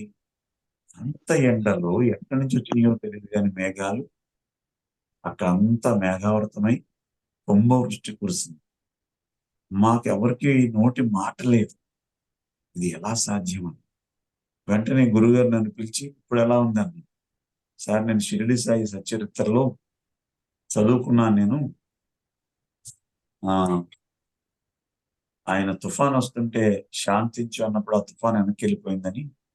కానీ అదే షిరిడి సాయి ఈ రోజు మా ముందు నిలబడి ఇంత గొప్ప లీల చేశారు, ఏం మహద్భాగ్యం సార్ మాది అంటుంటే, ఆయన చెప్పినటువంటి ఒక గొప్ప మాట ఏంటంటే, ఇప్పుడు నీకు ఒక సీక్రెట్ చెప్తాను వెళ్ళరా, చెవి పెట్టు అన్నాడు.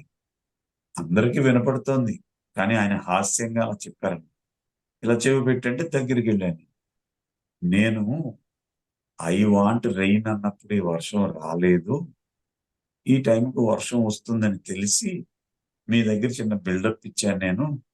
బిల్డప్ తప్ప ఇక్కడ నాకు ఏమీ సంబంధం లేదు, ఈ వర్షానికి ఈ ఎండకి దీనికి సంబంధం లేదు అని. ఓహో నిజమే అనుకుని అందరం చప్పట్లు కొట్టాం, పైకి వచ్చాం, మళ్ళీ రెడీ అయ్యాం, కారులో వెళ్తున్నాం. సార్ కారులో ఉన్నారు, మేమందరం మా కారులో ఉన్నాం. నాకు ఒక మంచి అలవాటు ఏంటంటే, జర్నీలో ఎక్కువ ధ్యానం చేస్తాను. ఎందుకంటే నేను ఎక్కువ జర్నీలోనే ఉంటాను, ప్రోగ్రామ్ జర్నీలోనే ఉంటాను. ధ్యానంలో కూర్చుని ఆలోచన చేస్తున్నాను. గురుగారు ఏం సంబంధం లేదన్నారు, కానీ అంత ఎండలో ఎలా క్షణాల్లో పిలవగానే మేఘాలు వచ్చినాయి, పిలవగానే వర్షం వచ్చింది, ఇది ఎలా సాధ్యం అని ఆలోచన చేస్తున్నప్పుడు నాకు వచ్చినటువంటి క్లారిఫికేషన్ ఏంటంటే, గతంలో కూడా చాలా మంది సిద్ధులు ప్రదర్శించారు.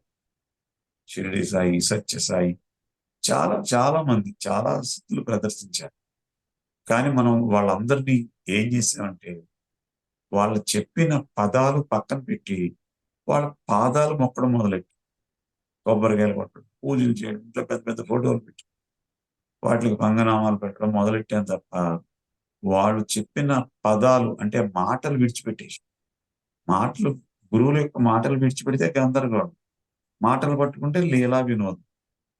అలాగే పత్రిజీ గారు కూడా 40 సంవత్సరాలుగా ఆయన ప్రయాణంలో ఆయన ప్రయత్నం అంతా వృధా అవుతుంది, మళ్ళీ వీళ్ళు నా ఫోటోలు పెట్టి నా చెవుల్లో పూలు పెట్టేస్తారు వీళ్ళని చెప్పి అంత లీల కూడా చేసి, అది ఆయన మీద సంబంధం లేకుండా కేవలం నా పదాలు మాత్రమే పట్టుకోండి అన్నట్టుగా చెప్పడానికి వచ్చారేనని నాకు అవగతమైంది. ఇంత గట్టిగా ఇలా చెప్పినా గాని ఇంకా పత్రిగారి మీద స్తోత్రాలు, పత్రిగారి మీద పాటలు, పత్రిగారి మీద ఆయన ఫోటోలకు మళ్ళీ కొన్ని చోట్ల పూలమాలలు వేస్తున్నారు, ఆయన శరీరం విడిచిపెట్టారు. ఆయన పూలలా ప్రేమించండి అంటే అవన్నీ పట్టుకొచ్చి దండలేస్తారు ఆయన. నేను ఏదైనా ప్రోగ్రాంకి వెళ్తే ఆ ఫోటోలకు అవన్నీ అలా చేస్తే అవి తీసి పక్కన పాడేస్తున్నాను. కానీ సార్కి కావాల్సింది పూజ కాదు, సార్కి కావాల్సింది ఆరాధన. ఏ ఆరాధన అంటే లోక కళ్యాణ ఆరాధన. ఏ ఆరాధన అంటే శ్వాస మీద ధ్యాస, శాకాహారం, పిరమిడ్ జగత్తు, శావా జగత్తు, పిరమిడ్ పార్టీ, వీటి పట్ల మనకి ఆరాధన ఉండి మనం చక్కగా వాటిని ఆశ్రయించి ఆచరించి అందరి చేత ఆచరింప చేయడానికి మనం ఎప్పుడైతే నడుం బిగించామో మనం పత్రిజీ గారి యొక్క రుణం తీర్చుకున్న వాళ్ళం అవుతామని మనవి చేస్తూ, కష్టాలు, నష్టాలు, సమస్యలు ఉంటాయి. రామకృష్ణ పరమహంస ఏమన్నాడు ఆయన, ఇందులో ఏదన్నా ఒకటి లేకపోతే మన సిల్వర్ కార్డు కట్ అయిపోద్ది, ఈ సినిమాలో శుభం కార్డు పడిపోద్ది మనకి. అది ఏదైనా ఉంటేనే మనకి పైనుండి లింక్ ఉంటుంది, మనం ఈ భూమండలం మీద ఏ పని చేయాలో ఆ పని చక్కగా చేసి వెళ్ళొచ్చు. అందుకని అవి లేకుండా ఉండాలని కోరుకోవద్దు. ధ్యానం కావాలి, ఆనందం కావాలి, సంతోషం కావాలి. నీకు ఏం కావాలో వాటి పట్ల నీ దృష్టి ఉండాలి తప్ప నీకు అవసరం లేని వాటి పట్ల దృష్టి పెడితే, నువ్వు దేని మీద దృష్టి పెడితే అదే నువ్వు అయిపోతావు. గనక దయచేసి నీకు ఏం కావాలో దాని పట్ల దృష్టి పెట్టు. యోగ వాసిష్టం కూడా చెప్పేది శమం అంటుంది. యోగ వాసిష్టం పర్టికులర్ గా మనం ఎలా తయారయ్యామంటే, మన అలవాట్లు ఎలా ఉన్నాయంటే, మన ఇంటి పక్కన ఎవరైనా ఇంకొకళ్ళు మనకు నచ్చని వాళ్ళు ఉన్నారనుకోండి, వాళ్ళకి పని మనం కనిపించినప్పుడు ఏదో తిడుతూ ఉంటారు. మనం ఇంట్లోకి వెళ్ళేటప్పుడు మనల్ని ఏదో ఆడిపోతుంటూ ఉంటారు అని అనుకోండి కొంతకాలం నుంచి. అది మనకి ఎలా అయిపోతుందంటే, వాడు లేని టైంలో మనం ఇంట్లోకి వెళ్ళడానికి ప్రయత్నం చేస్తాం.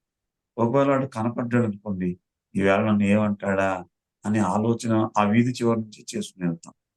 అది ఎంతవరకు మనకు అలవాటు అవుతుందంటే, వాళ్ళు నిజంగా ఏదైనా ఇంట్లో లేకుండా తలుపులు వేసుకుని ఊరెళ్ళారు అనుకోండి, అయినా సరే వాడు ఉన్నాడేమో, నన్ను చూస్తాడేమో, ఏదైనా అంటాడేమో, నేను ఎలా రియాక్ట్ అవ్వాలి అని ఆ వీధి చివరి నుంచే ఆలోచన చేసుకొస్తాం. కానీ వాడు ఉన్నాడా ఇంట్లో? లేడు. ఎందుకని? అది నీ అలవాటుగా అయిపోయింది. అలాగే జీవితంలో చాలా మట్టుకు మన అలవాటుగా అయిపోయింది. చూడండి, మనం ట్రైన్ కూర్చుంటే ముందు జేబులో చేయి పెట్టి సెల్ ఫోన్ తీస్తాం. సెల్ ఫోన్ తేలకపోయినా, సెల్ ఫోన్ ఛార్జింగ్ అయిపోయినా కనీసం దాన్ని అలా పట్టుకుని ఛార్జ్ అయిపోయిన సెల్ అయినా చూస్తాం. ఎందుకంటే దానికి అంత అలవాటు పడిపోయాము. కానీ యోగ వాసిష్టం ఏం చెప్తుందంటే, అలవాటు కరెక్టే, కానీ దేని పట్ల అలవాటు పడాలను అంటే, నేను ఎప్పుడు సంతోషంగా, నేను ఎప్పుడు ఆనందంగా, నేను ఎప్పుడు ఆరోగ్యంగా. ఇవి నీకు అలవాటు అయిపో. వాడు తిడతాడేమో, కనపడతాడేమో అని ఎలా అలవాటు పడ్డావు, అలాగే నేను సంతోషంగా ఉన్నా, నేను ఆనందంగా ఉన్నా, నేను ఆరోగ్యంగా ఉన్నాను, నేను ఆధ్యాత్మికతలో ఉన్నాను. ఇది అలవాటుగా మారిపోవాలి. అలవాటుగా ఎందుకు మారిపోవాలి అంటే, అసలు నీ నిజస్వరూపమే ఆనందం. దాని నుండి చాలా దూరం వచ్చేసాం మనం. మళ్ళీ దాన్ని ఎదుర్కొంటూ ప్రయాణం చేస్తున్నాం, ఈ ధ్యానం అని, అదని, ఇదని. అసలు మన నిజస్వరూపమే ఆనందం. అది తెలుసుకునే వరకు ఇది అలవాటు పడితే నీ జీవితం మరింత ఆనందభరితంగా ఉంటుందని మనవి చేస్తూ, ఈరోజు ఈ ఫౌండేషన్ ద్వారా, మహావతార్ ఫౌండేషన్ ద్వారా ఈ చక్కని అవకాశాన్ని నాకు ఇచ్చినటువంటి ప్రియ ధ్యాన మిత్రులందరికీ ధన్యవాదాలు తెలియజేస్తూ, ఎవరు ఎప్పుడు మీ పట్టణాలకి, మీ గ్రామాలకు పిలిచి ఏ అకేషన్లోనైనా నా సంగీత నాద ధ్యానం ఏర్పాటు చేసుకుని అక్కడున్నటువంటి వారికి శాకాహారం పట్ల, ధ్యానం పట్ల మరింత అవగాహన కలిగించాలి అని భావిస్తే, నా ఫోన్ నెంబర్ శివ గారి దగ్గర ఉంది, సంప్రదించండి. ఎంత దూరమైనా అవకాశాన్ని బట్టి నాకు రావడానికి అవకాశం. Thank you, thank you, thank you. Thank you sir. అద్భుతంగా ఈరోజు మరి కష్ట నష్ట అవమానాలు ఆధ్యాత్మికానికి ఎట్లా మనకి సహకరిస్తాయనే విషయాన్ని చాలా గొప్పగా వివరించారు. మీ జీవితంలో మీ అనుభవాలు, పత్రి సార్తో మీ ప్రయాణం మరి ఎంతో చక్కగా ఈరోజు మా అందరికి జ్ఞానాన్ని అందించినందుకు మీకు మరొకసారి కృతజ్ఞతలు. అట్లాగే ఫ్రెండ్స్, సారు మరి నిరంతరము దేశ విదేశాలన్నీ తిరుగుతూ మరి ఈ సంగీత నాద ధ్యానాన్ని ఈరోజు మనం మార్నింగ్ మెడిటేషన్ లో విన్నాం. తల్లి గోదావరి సాగిపోతున్నది, అది సార్ పాడిన పాటే. అలాంటి ఎన్నో కొన్ని వందల పాటలు ఉన్నాయి పిఎస్ఎస్ మూమెంట్ లో. సో మీరు ఎప్పుడైనా ఏ కార్యక్రమానికైనా మరి 41 డేస్ క్లాసులు కావచ్చు, ఇంట్లో ఏదన్నా ఆధ్యాత్మిక కార్యక్రమం కావచ్చు, అట్లాగే ఏదన్నా అకేషన్ కావచ్చు. సో వాటన్నిటికీ సారు మనకి ప్రోగ్రామ్కి రావడానికి సిద్ధంగా ఉంటారు. Sir number 9440. మరి లాస్ ఏంజల్స్లో డాక్టరేట్ తీసుకున్న వ్యక్తి ప్రోగ్రామ్ చేయాలంటే ఈరోజు బయట మరి కొన్ని వేలు లక్షల రూపాయలు తీసుకుంటారు. కానీ మరి పత్రిసారి సేవ అంటే ఏది ఆశించకుండా అనే ఉద్దేశంతో మరి కుటుంబ ధర్మం అన్ని ధర్మాలు ఉంటాయి కాబట్టి మరి పిఎస్ఎస్ మూవ్మెంట్లో చాలా మందికి అతి తక్కువ మరి మనకు అందుబాటులో ఉండేటట్టుగా మరి ఆ విషయాల్లో కూడా సహకరిస్తూ మనకి ఎన్నో కార్యక్రమాలు చేస్తూ ఉన్నారు డాక్టర్ పిప్పల ప్రసాద్ గారు. సో సార్ నెంబర్ ఒకసారి తీసుకోండి అందరూ. 9440-377-555. 9440-377-555. నేను టెక్స్ట్ మెసేజ్లో కూడా చేస్తున్నాను. అతి త్వరలో మహావతార్ ఫౌండేషన్ పౌర్ణమి రోజున మరి సారా ఆఫ్లైన్ క్లాసెస్ మనం ఆగిపోయాయి కాబట్టి ఆన్లైన్లో కూడా మరొక ప్రోగ్రామ్ చేసుకుందాం. ఆల్రెడీ ప్రీవియస్ సార్ మనకు బెంగళూరులో ప్రోగ్రామ్ చేశారు. అతి త్వరలో కూడా మనం ఆఫ్లైన్లో సార్ని మనం కలుద్దాం. సార్ నెంబర్ నేను టెక్స్ట్ మెసేజ్ చేశాను మీకు. సార్ పిప్పల సార్,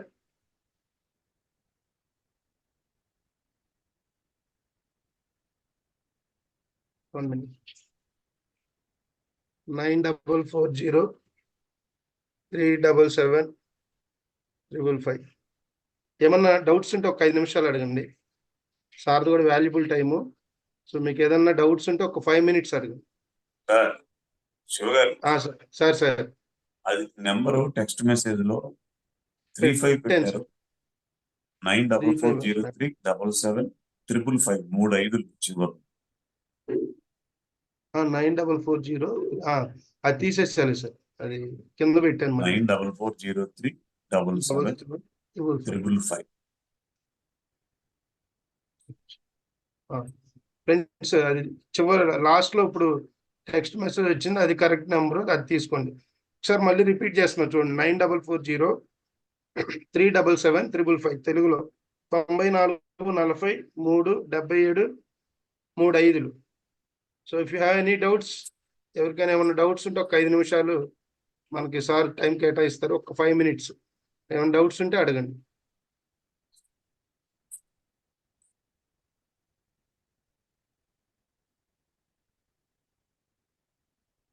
మౌన దీక్ష తీసుకున్నారేంటి అందరూ? డౌట్స్ ఏం లేవా ఎవరికి? సార్ నమస్తే సార్. అమ్మా నమస్తే సార్, మీరు చెప్పినటువంటి మాటలు వింటుంటే మాకే కళ్ళల్లో నీళ్ళు వస్తున్నాయి. అన్ని కష్టాలు అనుభవించి కూడా నన్ను ఈ రోజు ఈ స్థానంలో ఉన్నారంటే చాలా చాలా చాలా థ్యాంక్స్ సార్. మీరు మా కోసం చాలా విషయాలు ఇన్ఫర్మేషన్ షేర్ చేసి ఉన్నారు. మీ కష్టాలను చూసిన తర్వాత మా కష్టాలు ఎంత మాత్రం అనే ఫీలింగ్ తోటి మేము ముందుకు వెళ్ళాలన్నంత ధైర్యం వచ్చింది sir. Thank you sir. Thank you. ధ్యానంలో కూర్చున్నప్పుడు ఎంత శిలమాదిరి కూర్చున్నా కొన్ని ఆలోచనలు చుట్టుముడుతూ ఉంటాయి. ఆ ఆలోచనలు రాకుండా ఎలా చేయాలి, కొంచెం ఏమైనా మీ అనుభవం ద్వారా ఒక మాటలో చెప్తే ఉపయోగంగా ఉంటుంది సార్. ఆలోచన వస్తుందని తెలుస్తుంది కదా మేడం, మీకు ఆలోచన తెలుస్తుంది వస్తున్నాయని తెలుస్తుంది సార్. తెలిసినప్పుడు ఆలోచన కట్ చేయడం, శ్వాసను గమనించడం, అది ఓకే. రెగ్యులర్ గా చేయగా ప్రాక్టీస్ లో ఆలోచన స్థితికి వెళ్తారు. దానికి చిన్న ఉదాహరణ పత్రి గారు ఏం చెప్తారంటే, మన ఇంటికి ఎవరన్నా బంధువు వచ్చారనుకోండి, ఆ బంధువుని పట్టించుకుంటే మళ్ళీ రెండోసారి వస్తాడు. ఆ బంధువుని పట్టించుకోకపోతే రెండోసారి మన ఇంటికి రావడానికి ఆలోచన చేస్తాడు. అలాగే ఆలోచన కూడా ఒక బంధువే. మనకి అవసరం లేదు కాబట్టి వచ్చినటువంటి వాడిని పట్టించుకోకుండా మనం శ్వాసను గమనిస్తూ ఉంటే ఈ వీటి దగ్గర మన ఆటలు సాగు అని చెప్పి అవి రావు అని చెప్పి వారు చెప్పారు. నేను ప్రాక్టికల్ గా నేను కూడా చాలా కాలం ఇప్పుడు కూడా ఆలోచనలు వస్తూనే ఉంటాయి. చేయవలసింది శ్వాసను గమనిస్తూ ఉండటం, ఆలోచన కట్ చేసుకుంటూ, అది స్వీయ సాధన మేడం. ఎవరికాలు స్వీయ సాధన చేసుకోవాల్సింది. దానికి వేరే టిప్స్ కానీ లేకపోతే అలా అని ఇలా అని ఏదో చెప్తూ ఉంటారు. కానీ అది మన మైండ్కి మనకు సంబంధించింది కనుక, కానీ డెఫినెట్ గా ఏదో ఒక రోజున పూర్తి ఆలోచన రహిత స్థితికి అందరం వెళ్తాం. అది 100% అన్నమాట. దానికి ఆ ఉచ్ఛ్వాస నిశ్వాసన అనే ప్రక్రియను కొంచెం కాన్సన్ట్రేట్ చేస్తే సరే. Thank you sir. Thank you very much sir. Thank you. ఇంకా ఎవరైనా ఏమైనా డౌట్స్ అడుగుతారా?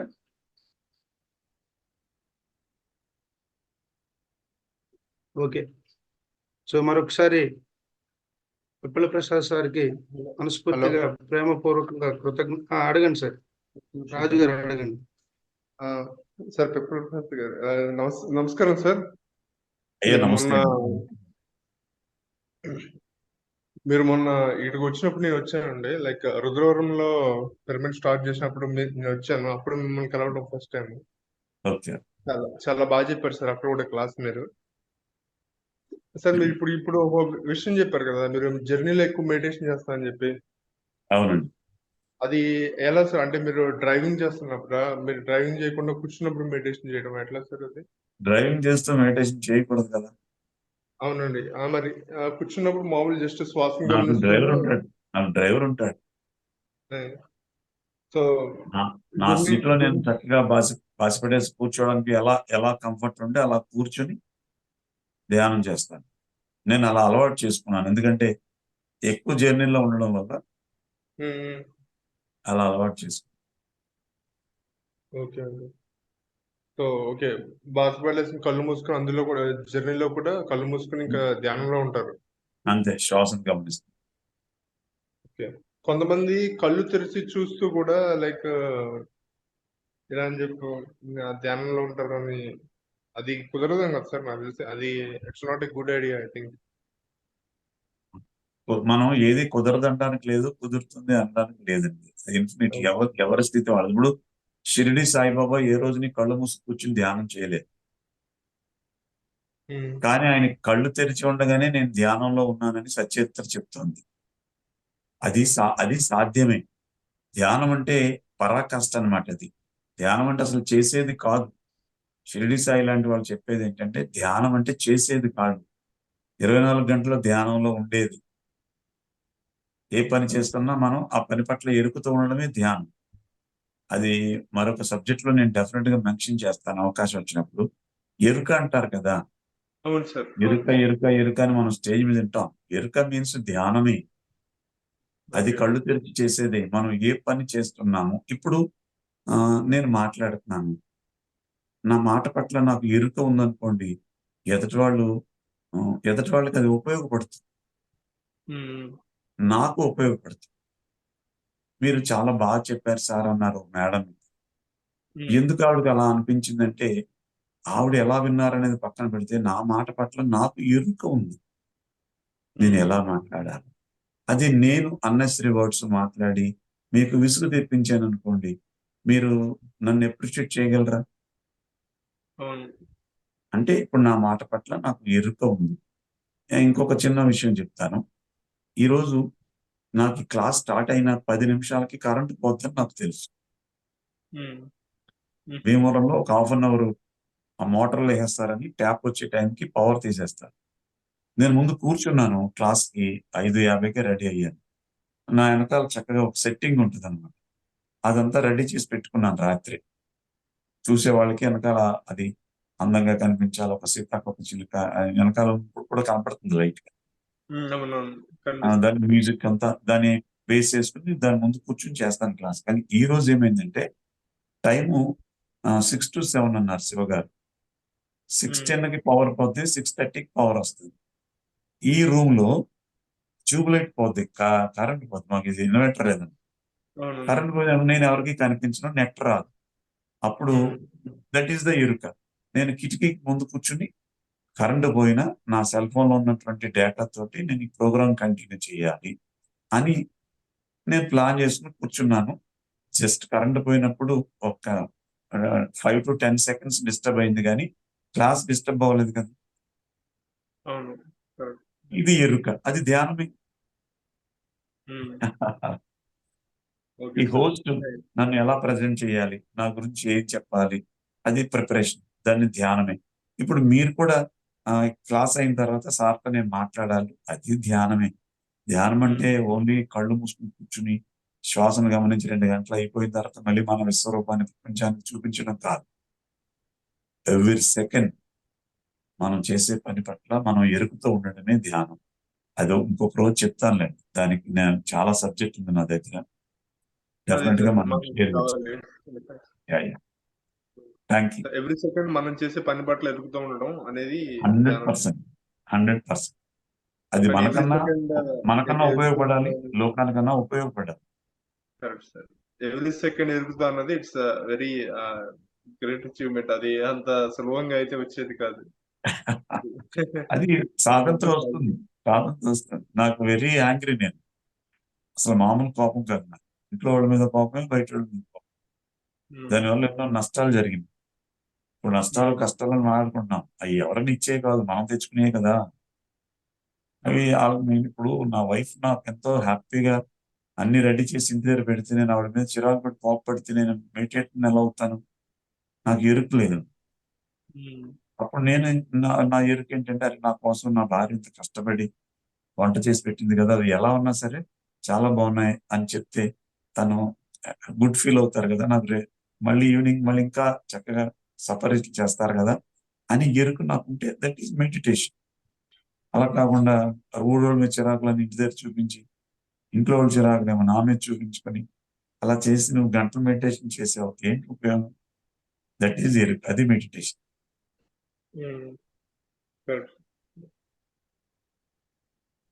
Okay sir. ఎప్పుడు చెప్తారో మీరు? మేము వెయిట్ చేస్తాం సార్. ఎవ్రీ సెకండ్ ఎదుగుతూ ఉంటాం అని చెప్తున్నారు కదా క్లాస్, అది ఎప్పుడు చెప్తారని మేము వెయిట్ చేస్తాం.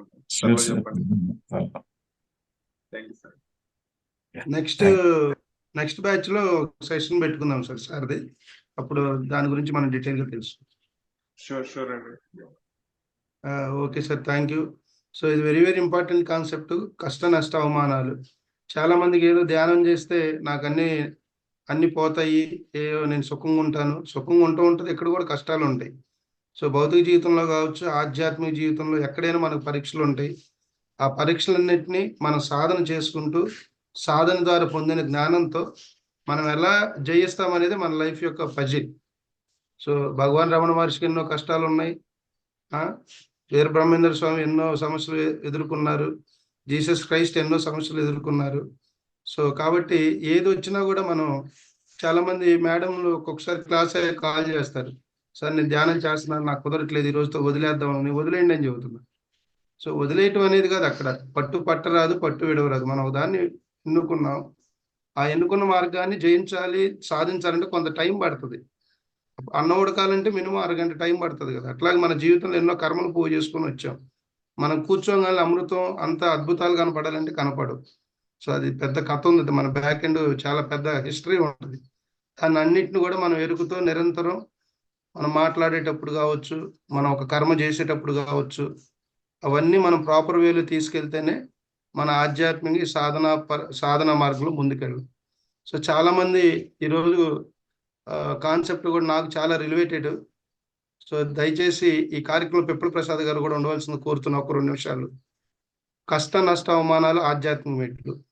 చాలా మంది నన్ను అడిగారు, మీ అనుభవాలు చెప్పండి. నేను ఇంతవరకు ఎప్పుడు ఓపెన్ అవ్వలేదు. సో ఈరోజు చెప్పాలనుకుంటున్నా ఒక 2-3 నిమిషాలు. నా పేరు శివ, మాది గుంటూరు. నేను 2011లో ఈ ధ్యాన మార్గంలో రావటం జరిగింది. నేను ధ్యాన మార్గంలో రావడానికి ముఖ్య కారణం ఒకటి, షిరిడి సాయిబాబా భక్తుడిని, అపారమైన భక్తుడిని. ఆయన మొహం చూడకుండా నేను అడుగు కూడా బయటకు పెట్టేవాడిని కాదు. అది ఒక రీజన్ అయితే, ఆధ్యాత్మికంగా భౌతికంగా ఇంకో రీజను మా నాన్నగారు చనిపోవటం. సో చావు పుట్టుకలు సహజం జీవితంలో, కానీ మా నాన్నగారు చనిపోయిన విధి విధానాలన్నీ కూడా డిఫరెంట్ అనమాట. సో 2010లో నేను భాష్యం విద్య శ్రీ చైతన్య కాలేజ్ హైదరాబాద్లో ఉద్యోగం చేసేటప్పుడు, అప్పటికే మా నాన్న కొద్దిగా అనారోగ్యంగా బాధపడుతూ ఉండేవాళ్ళు. ఇంకో వారం క్రితం చనిపోతారనగా నా దగ్గరికి వచ్చారు. ఎప్పుడు నన్ను అడిగేవాళ్ళు కాదు, అరే నేను నీ దగ్గరికి వచ్చి ఒక వారం ఉండాలనిపిస్తుంది. నేను ఎప్పుడూ ఫెస్టివల్కి వెళ్ళేవాడిని, నాకేం తెలిసేది కాదు, ఏదో సంపాదిస్తున్నాం. అప్పుడు కాలేజీలో నేను క్యాంపస్ ఇన్ఛార్జి చేసేవాడిని. సో డిగ్రీతోనే నేను నా చదువు ఆపేశాను కొన్ని కారణాల వల్ల. సో తద్వారా మా గురువు గారు నా చదువు నేర్పిన ఆయన శ్రీ చైతన్యలో హైయెస్ట్ పొజిషన్లో ఉన్నారు. సార్ దగ్గరికి వెళ్తే నాకు ఒక మంచి పోస్ట్ ఇచ్చారు. అట్లా నా జీవితాన్ని కొనసాగిస్తూ ఉన్నా. ఒక వారం రోజులు మా నాన్నగారు చనిపోతారనగా నాకు కాల్ చేశారు, ఒక 1 వీక్ వచ్చి నీ దగ్గర ఉండాలనిపిస్తుంది. ఇదేంటి నాన్న, నన్ను ఎప్పుడు అడగలే నా లైఫ్లో అలా. సరే రా నాన్న అని నేను కాలేజీ వాళ్ళు పర్మిషన్ తీసుకొని ఒక సపరేట్ రూమ్ తీసుకొని నాతో పాటు 1 వీక్ ఉన్నారు. ఆ 1 వీక్లోనే నాకు అంతకుముందు నుంచే జాండీస్ ఉన్నాయంటే అది నాకు తెలియదు. మా ఫాదర్ వచ్చి సిమ్టమ్స్ కూడా ఏం తెలియలా. మా ఫాదర్ వచ్చేసరికి నా బాడీ అంతా బాగా ఎల్లో గ్రీనిష్ అయిపోయింది. మా ఫాదర్ రికగ్నైజ్ చేసి ఇంకొక 1 వీక్ అనుకుంటే నేను డెత్ స్టేజ్కి కూడా వెళ్ళిపోయేవాళ్ళని అక్కడ కుకట్పల్లిలో డాక్టర్ గారు చెప్పడం జరిగింది. వెంటనే మా ఫాదరు నన్ను తీసుకొని మా విలేజ్కి వెళ్తే అక్కడి నుంచి సిమ్టమ్స్ వామిటింగ్స్ అవ్వటం, రకరకాల ఫీవర్స్ ఇవన్నీ వచ్చినాయి. వెంటనే మా మామయ్య కూడా డాక్టర్, ఆయన హాస్పిటల్లో. ఇవన్నీ ఎందుకు చెప్తున్నానంటే నా లైఫ్ హిస్టరీ గురించి అవటానికి కాదు. ఒక సాధన మార్గంలో ఉన్న వ్యక్తి ఎన్ని కష్టాలు వచ్చినా కూడా మనం ఈ మార్గాన్ని వదలకూడదు. ఈ సాధన చేసుకుంటూ వెళ్తేనే మనకి అద్భుతమైన ఫలితాలు వస్తాయి అనే విషయాన్ని తెలియజేయటానికే ఇవన్నీ చెప్పడం జరుగుతుంది. అట్లా మరి నేను హాస్పిటల్ రావటం, హాస్పిటల్ కూడా జాండీస్ తగ్గిలా డాక్టర్ గారు. దాదాపు 1-2 నెలలు నేను హాస్పిటల్లో ఉన్నా. మా ఫాదర్ ఇంకొక 1 వీక్లో నేను హాస్పిటల్లో మా తాతయ్య చనిపోయారు. ఆ విషయం నాకు చెప్పలా. చెప్తే నేను ఎక్కువగా ఆలోచిస్తానేమని, ఆలోచించినా కూడా జాండీస్ పెరిగిద్దంట. సో నాకు ఆ విషయం చెప్పలా.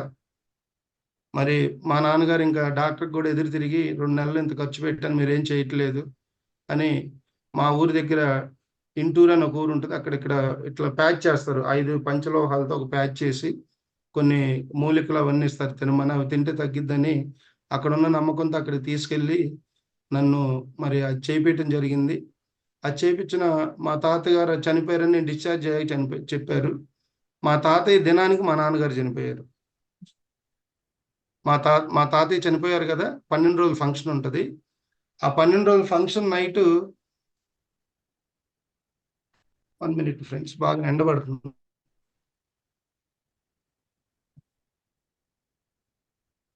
సో మా ఫాదర్ చనిపోవటం జరిగింది.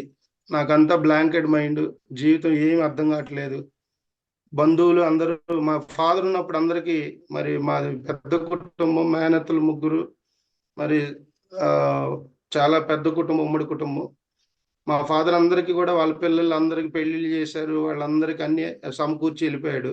ఎప్పుడైతే మా ఫాదర్ చనిపోయారో ఎవరు ఇక దూరం అవటం జరుగుతుంది కంటిన్యూస్గా. అంటే వీళ్ళ నాన్నగారు లేడు, వీడి చిన్న వయసు, ఏదొచ్చి మన మీద పడుతుందని మా నాన్నగారు సొంత అక్క చెల్లెళ్ళు అందరూ కూడా దూరం అయిపోయారు.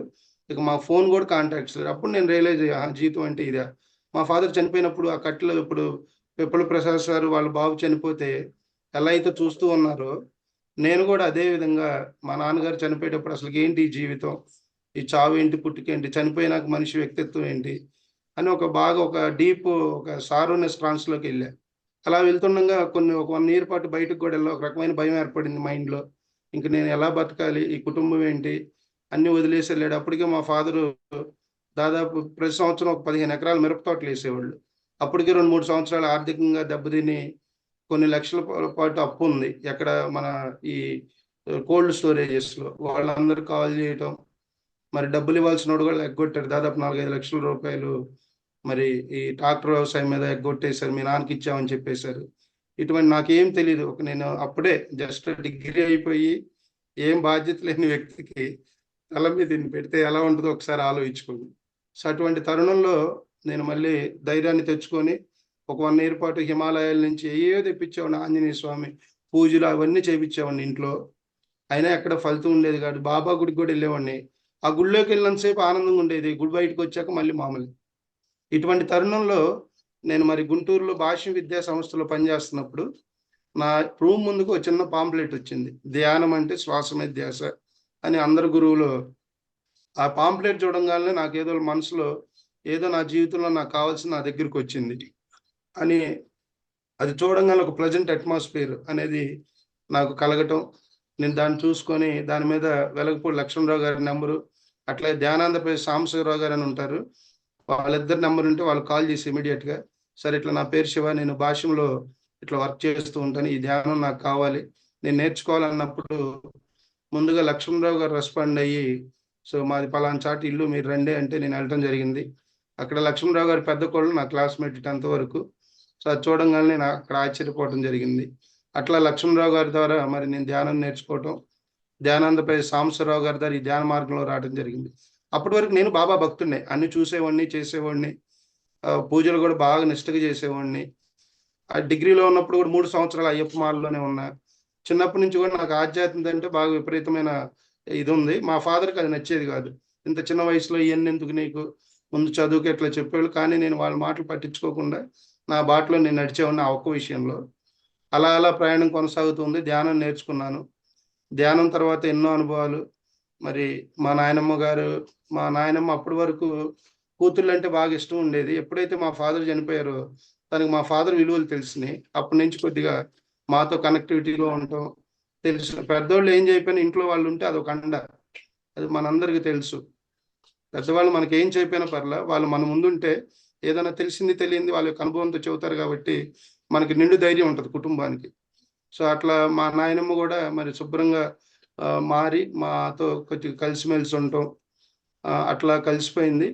సో తర్వాత మా నాయనమ్మ కూడా 2-3 సార్లు పడటం, మరి వాళ్ళ కూతుర్లు కూడా పట్టించుకోవాలి. ఆ టైంలో కూడా వాళ్ళు పట్టించుకోవాలి. ఎప్పుడు వాళ్ళ మీదే ఉండేది ప్రేమ.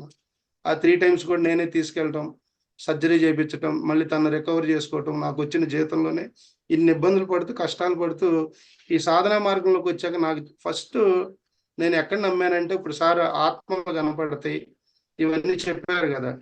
నాకు మా నాయనమ్మ విషయంలో జరిగింది ఏంటంటే, ఆ రోజు ఓబయ్య గారి క్లాసు, కడప ఓబయ్య గారు అని గ్రేట్ సీనియర్ మాస్టర్. మా ఊర్లో పెద్ద క్లాసు 300 మందితో జరుగుతుంది. సార్ అంతా అయిపోయాక ధ్యానంలో కూర్చోమంటే నేను ధ్యానంలో కూర్చుంటే మా నాయనమ్మ కనపడుతుంది. ఇదేంట్రా బాబు, నేనేం ఆమె ఇప్పుడు ఇక్కడ మనుషులు కనపడేటాలు 2 ఉంటాయి. ఒకటి మనం అనుకుంటే కనపడతారు. కళలో కూడా చూడండి, డే అంతా అనుకున్నవన్నీ నైట్ కళ్ళల రూపేణ వస్తాయి. నేను అట్లా కళ్ళు మూయంగానే ఆమె కనపడుతుంది. నాకేం అర్థం కావట్లా. ఇన్ కేసు కళ వాళ్ళ కూతురి ఇంటి దగ్గర ఉంది కదా, దానివల్ల ఒక నాకు రిమైండర్ ఏమో అనుకున్నా.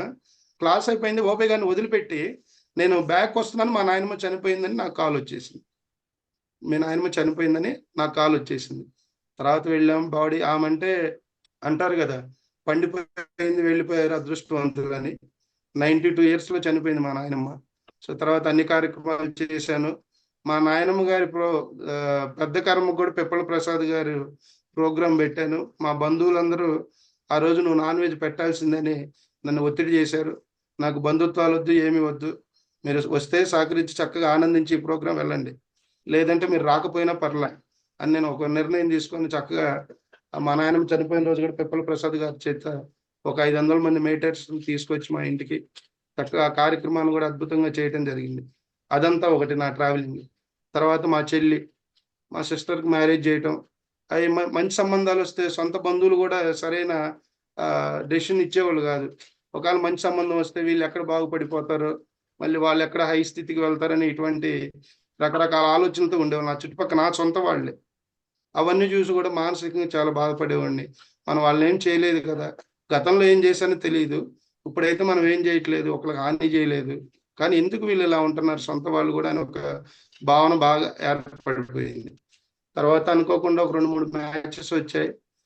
ఆ మ్యాచెస్లో ఏది సెట్ చేసుకోవాలని నాకు తెలియక నేను మళ్ళీ బొద్దపూర్ణ పిరమిడ్ వ్యాలీ ఇంటర్నేషనల్ రావటం, ఒక సంకల్పం పెట్టుకుని అక్కడ 1 రోజుల పాటు ధ్యానం చేయటం, చేయంగా క్లారిటీ వచ్చింది. సో ఆ వ్యక్తిని తన జీవిత భాగస్వామిగా మరి నేను సెలెక్ట్ చేసుకొని, ఆయన వయసులో పెద్ద ఆయన అయినప్పటికీ మా చెల్లికి తనకి దాదాపు ఒక 10 సంవత్సరాల డిఫరెన్స్ ఉంటుంది. సో పెళ్ళి అంటే ఈడు జోడు కాదు, మరి జీవితం బాగుండాలనే ఉద్దేశంతో నేను వాటన్నిటిని యాక్సెప్ట్ చేసి మా చెల్లిని మోటివేట్ చేసి తనకి పెళ్లి చేయటం జరిగింది. సో అదంతా ఒక భాగం. తర్వాత నా లైఫ్లోకి వస్తే, తన మ్యారేజ్ అయ్యాక నా మ్యారేజ్. సో నా మ్యారేజ్కి ఒక 20 సంవత్సరాల పాటు మాతో సంబంధ బాంధవ్యాలు లేకుండా నేను బెంగళూరులో ఉద్యోగం చేసేటప్పుడు మా మేనత్త కూతురు నాకు కాల్ చేసి, అయ్యా మీ నాన్న మాకెంతో చేశాడు, మరి నీకు ఒక మ్యాచ్ ఉంది, నువ్వు చేసుకుంటావని అడిగితే, చూడండి నేను చూస్తాను, ఆలోచిస్తాను. ఎందుకంటే అప్పటికే నేను ఆధ్యాత్మిక మార్గంలో ఉండటం జరిగింది. మరి ఆధ్యాత్మిక మార్గంలో ఉన్న వ్యక్తి భావాలు కానీ ఆలోచనలు కానీ కొద్దిగా డిఫరెంట్గా ఉంటాయి.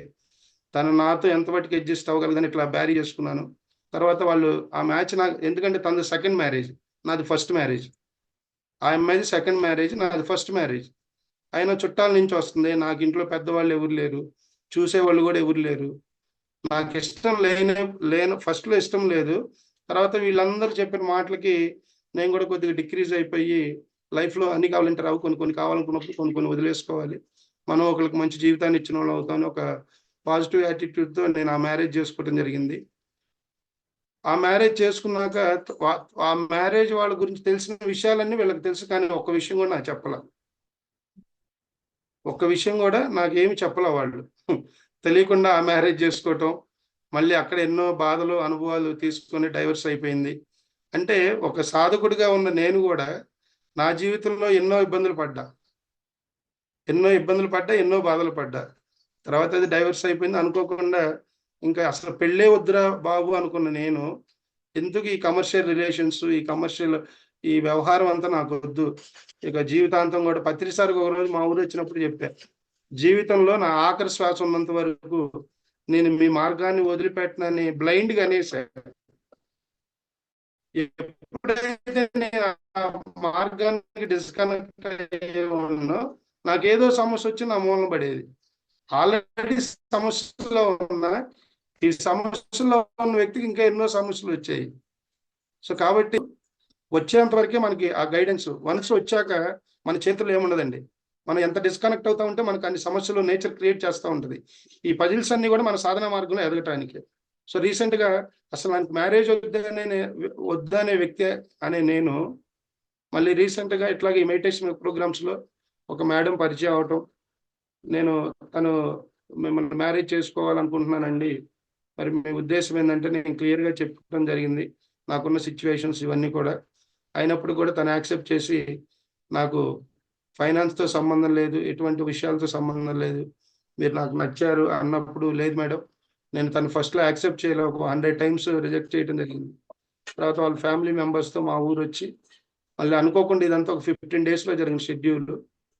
సో అంటే ఒక గురువు గారు చెప్పారు, శివ నీ జీవితంలో ఏది కూడా నువ్వు ఎత్తుక్కొని చేసుకోబాకు, ఫ్లోలో అలా నీ దగ్గరికి వచ్చింది కాదని బాకు అన్నారు.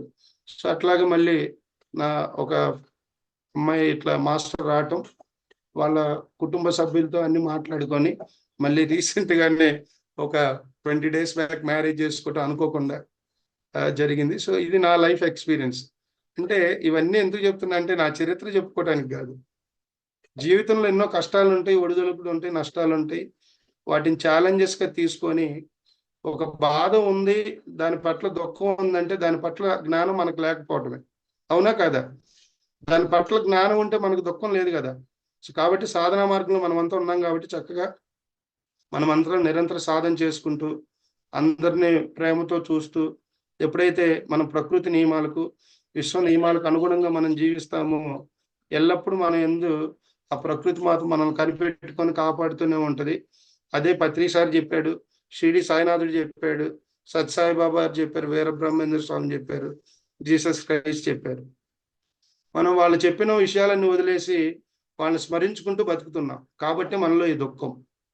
వాళ్ళ విషయాలు మన జ్ఞానపరంగా ఎప్పుడైతే తీసుకొని సాధనా మార్గంలో మనం ముందుకెళ్తామో అందరి జీవితాలు కూడా ఆనందమయంగా ఉంటుంది. మీ జీవితాల్లో కూడా ఎన్నో కష్టాలు దుఃఖాలు ఉంటాయి. వాటన్నిటిని కూడా ఎప్పుడైతే మనకు మెట్లుగా, నా దుఃఖాలు నా కష్టాలన్నీ కూడా నాకు మెట్లుగా మనం ఆపోదించుకుంటామో 100% అందరి లైఫ్ కూడా హ్యాపీగా ఉంటుంది మై డియర్ ఫ్రెండ్స్. ఇది నా స్వానుభవం. నా లైఫ్లో నేను పొందిన ఆ స్వానుభవంతో చెబుతున్న మాటలు. ఓకేనా? Thank you. ఎన్ని బోర్గా ఫీల్ అయ్యారా? బోర్ ఏం లేదు కదా? లేదు thank you friends. Krishna sir, Raju garu లేదండి, ఎప్పుడు అసలు ఫీల్ అవ్వలేదు. It's good. ఏం సార్ బాగా చెప్పారండి, రియలీ గుడ్.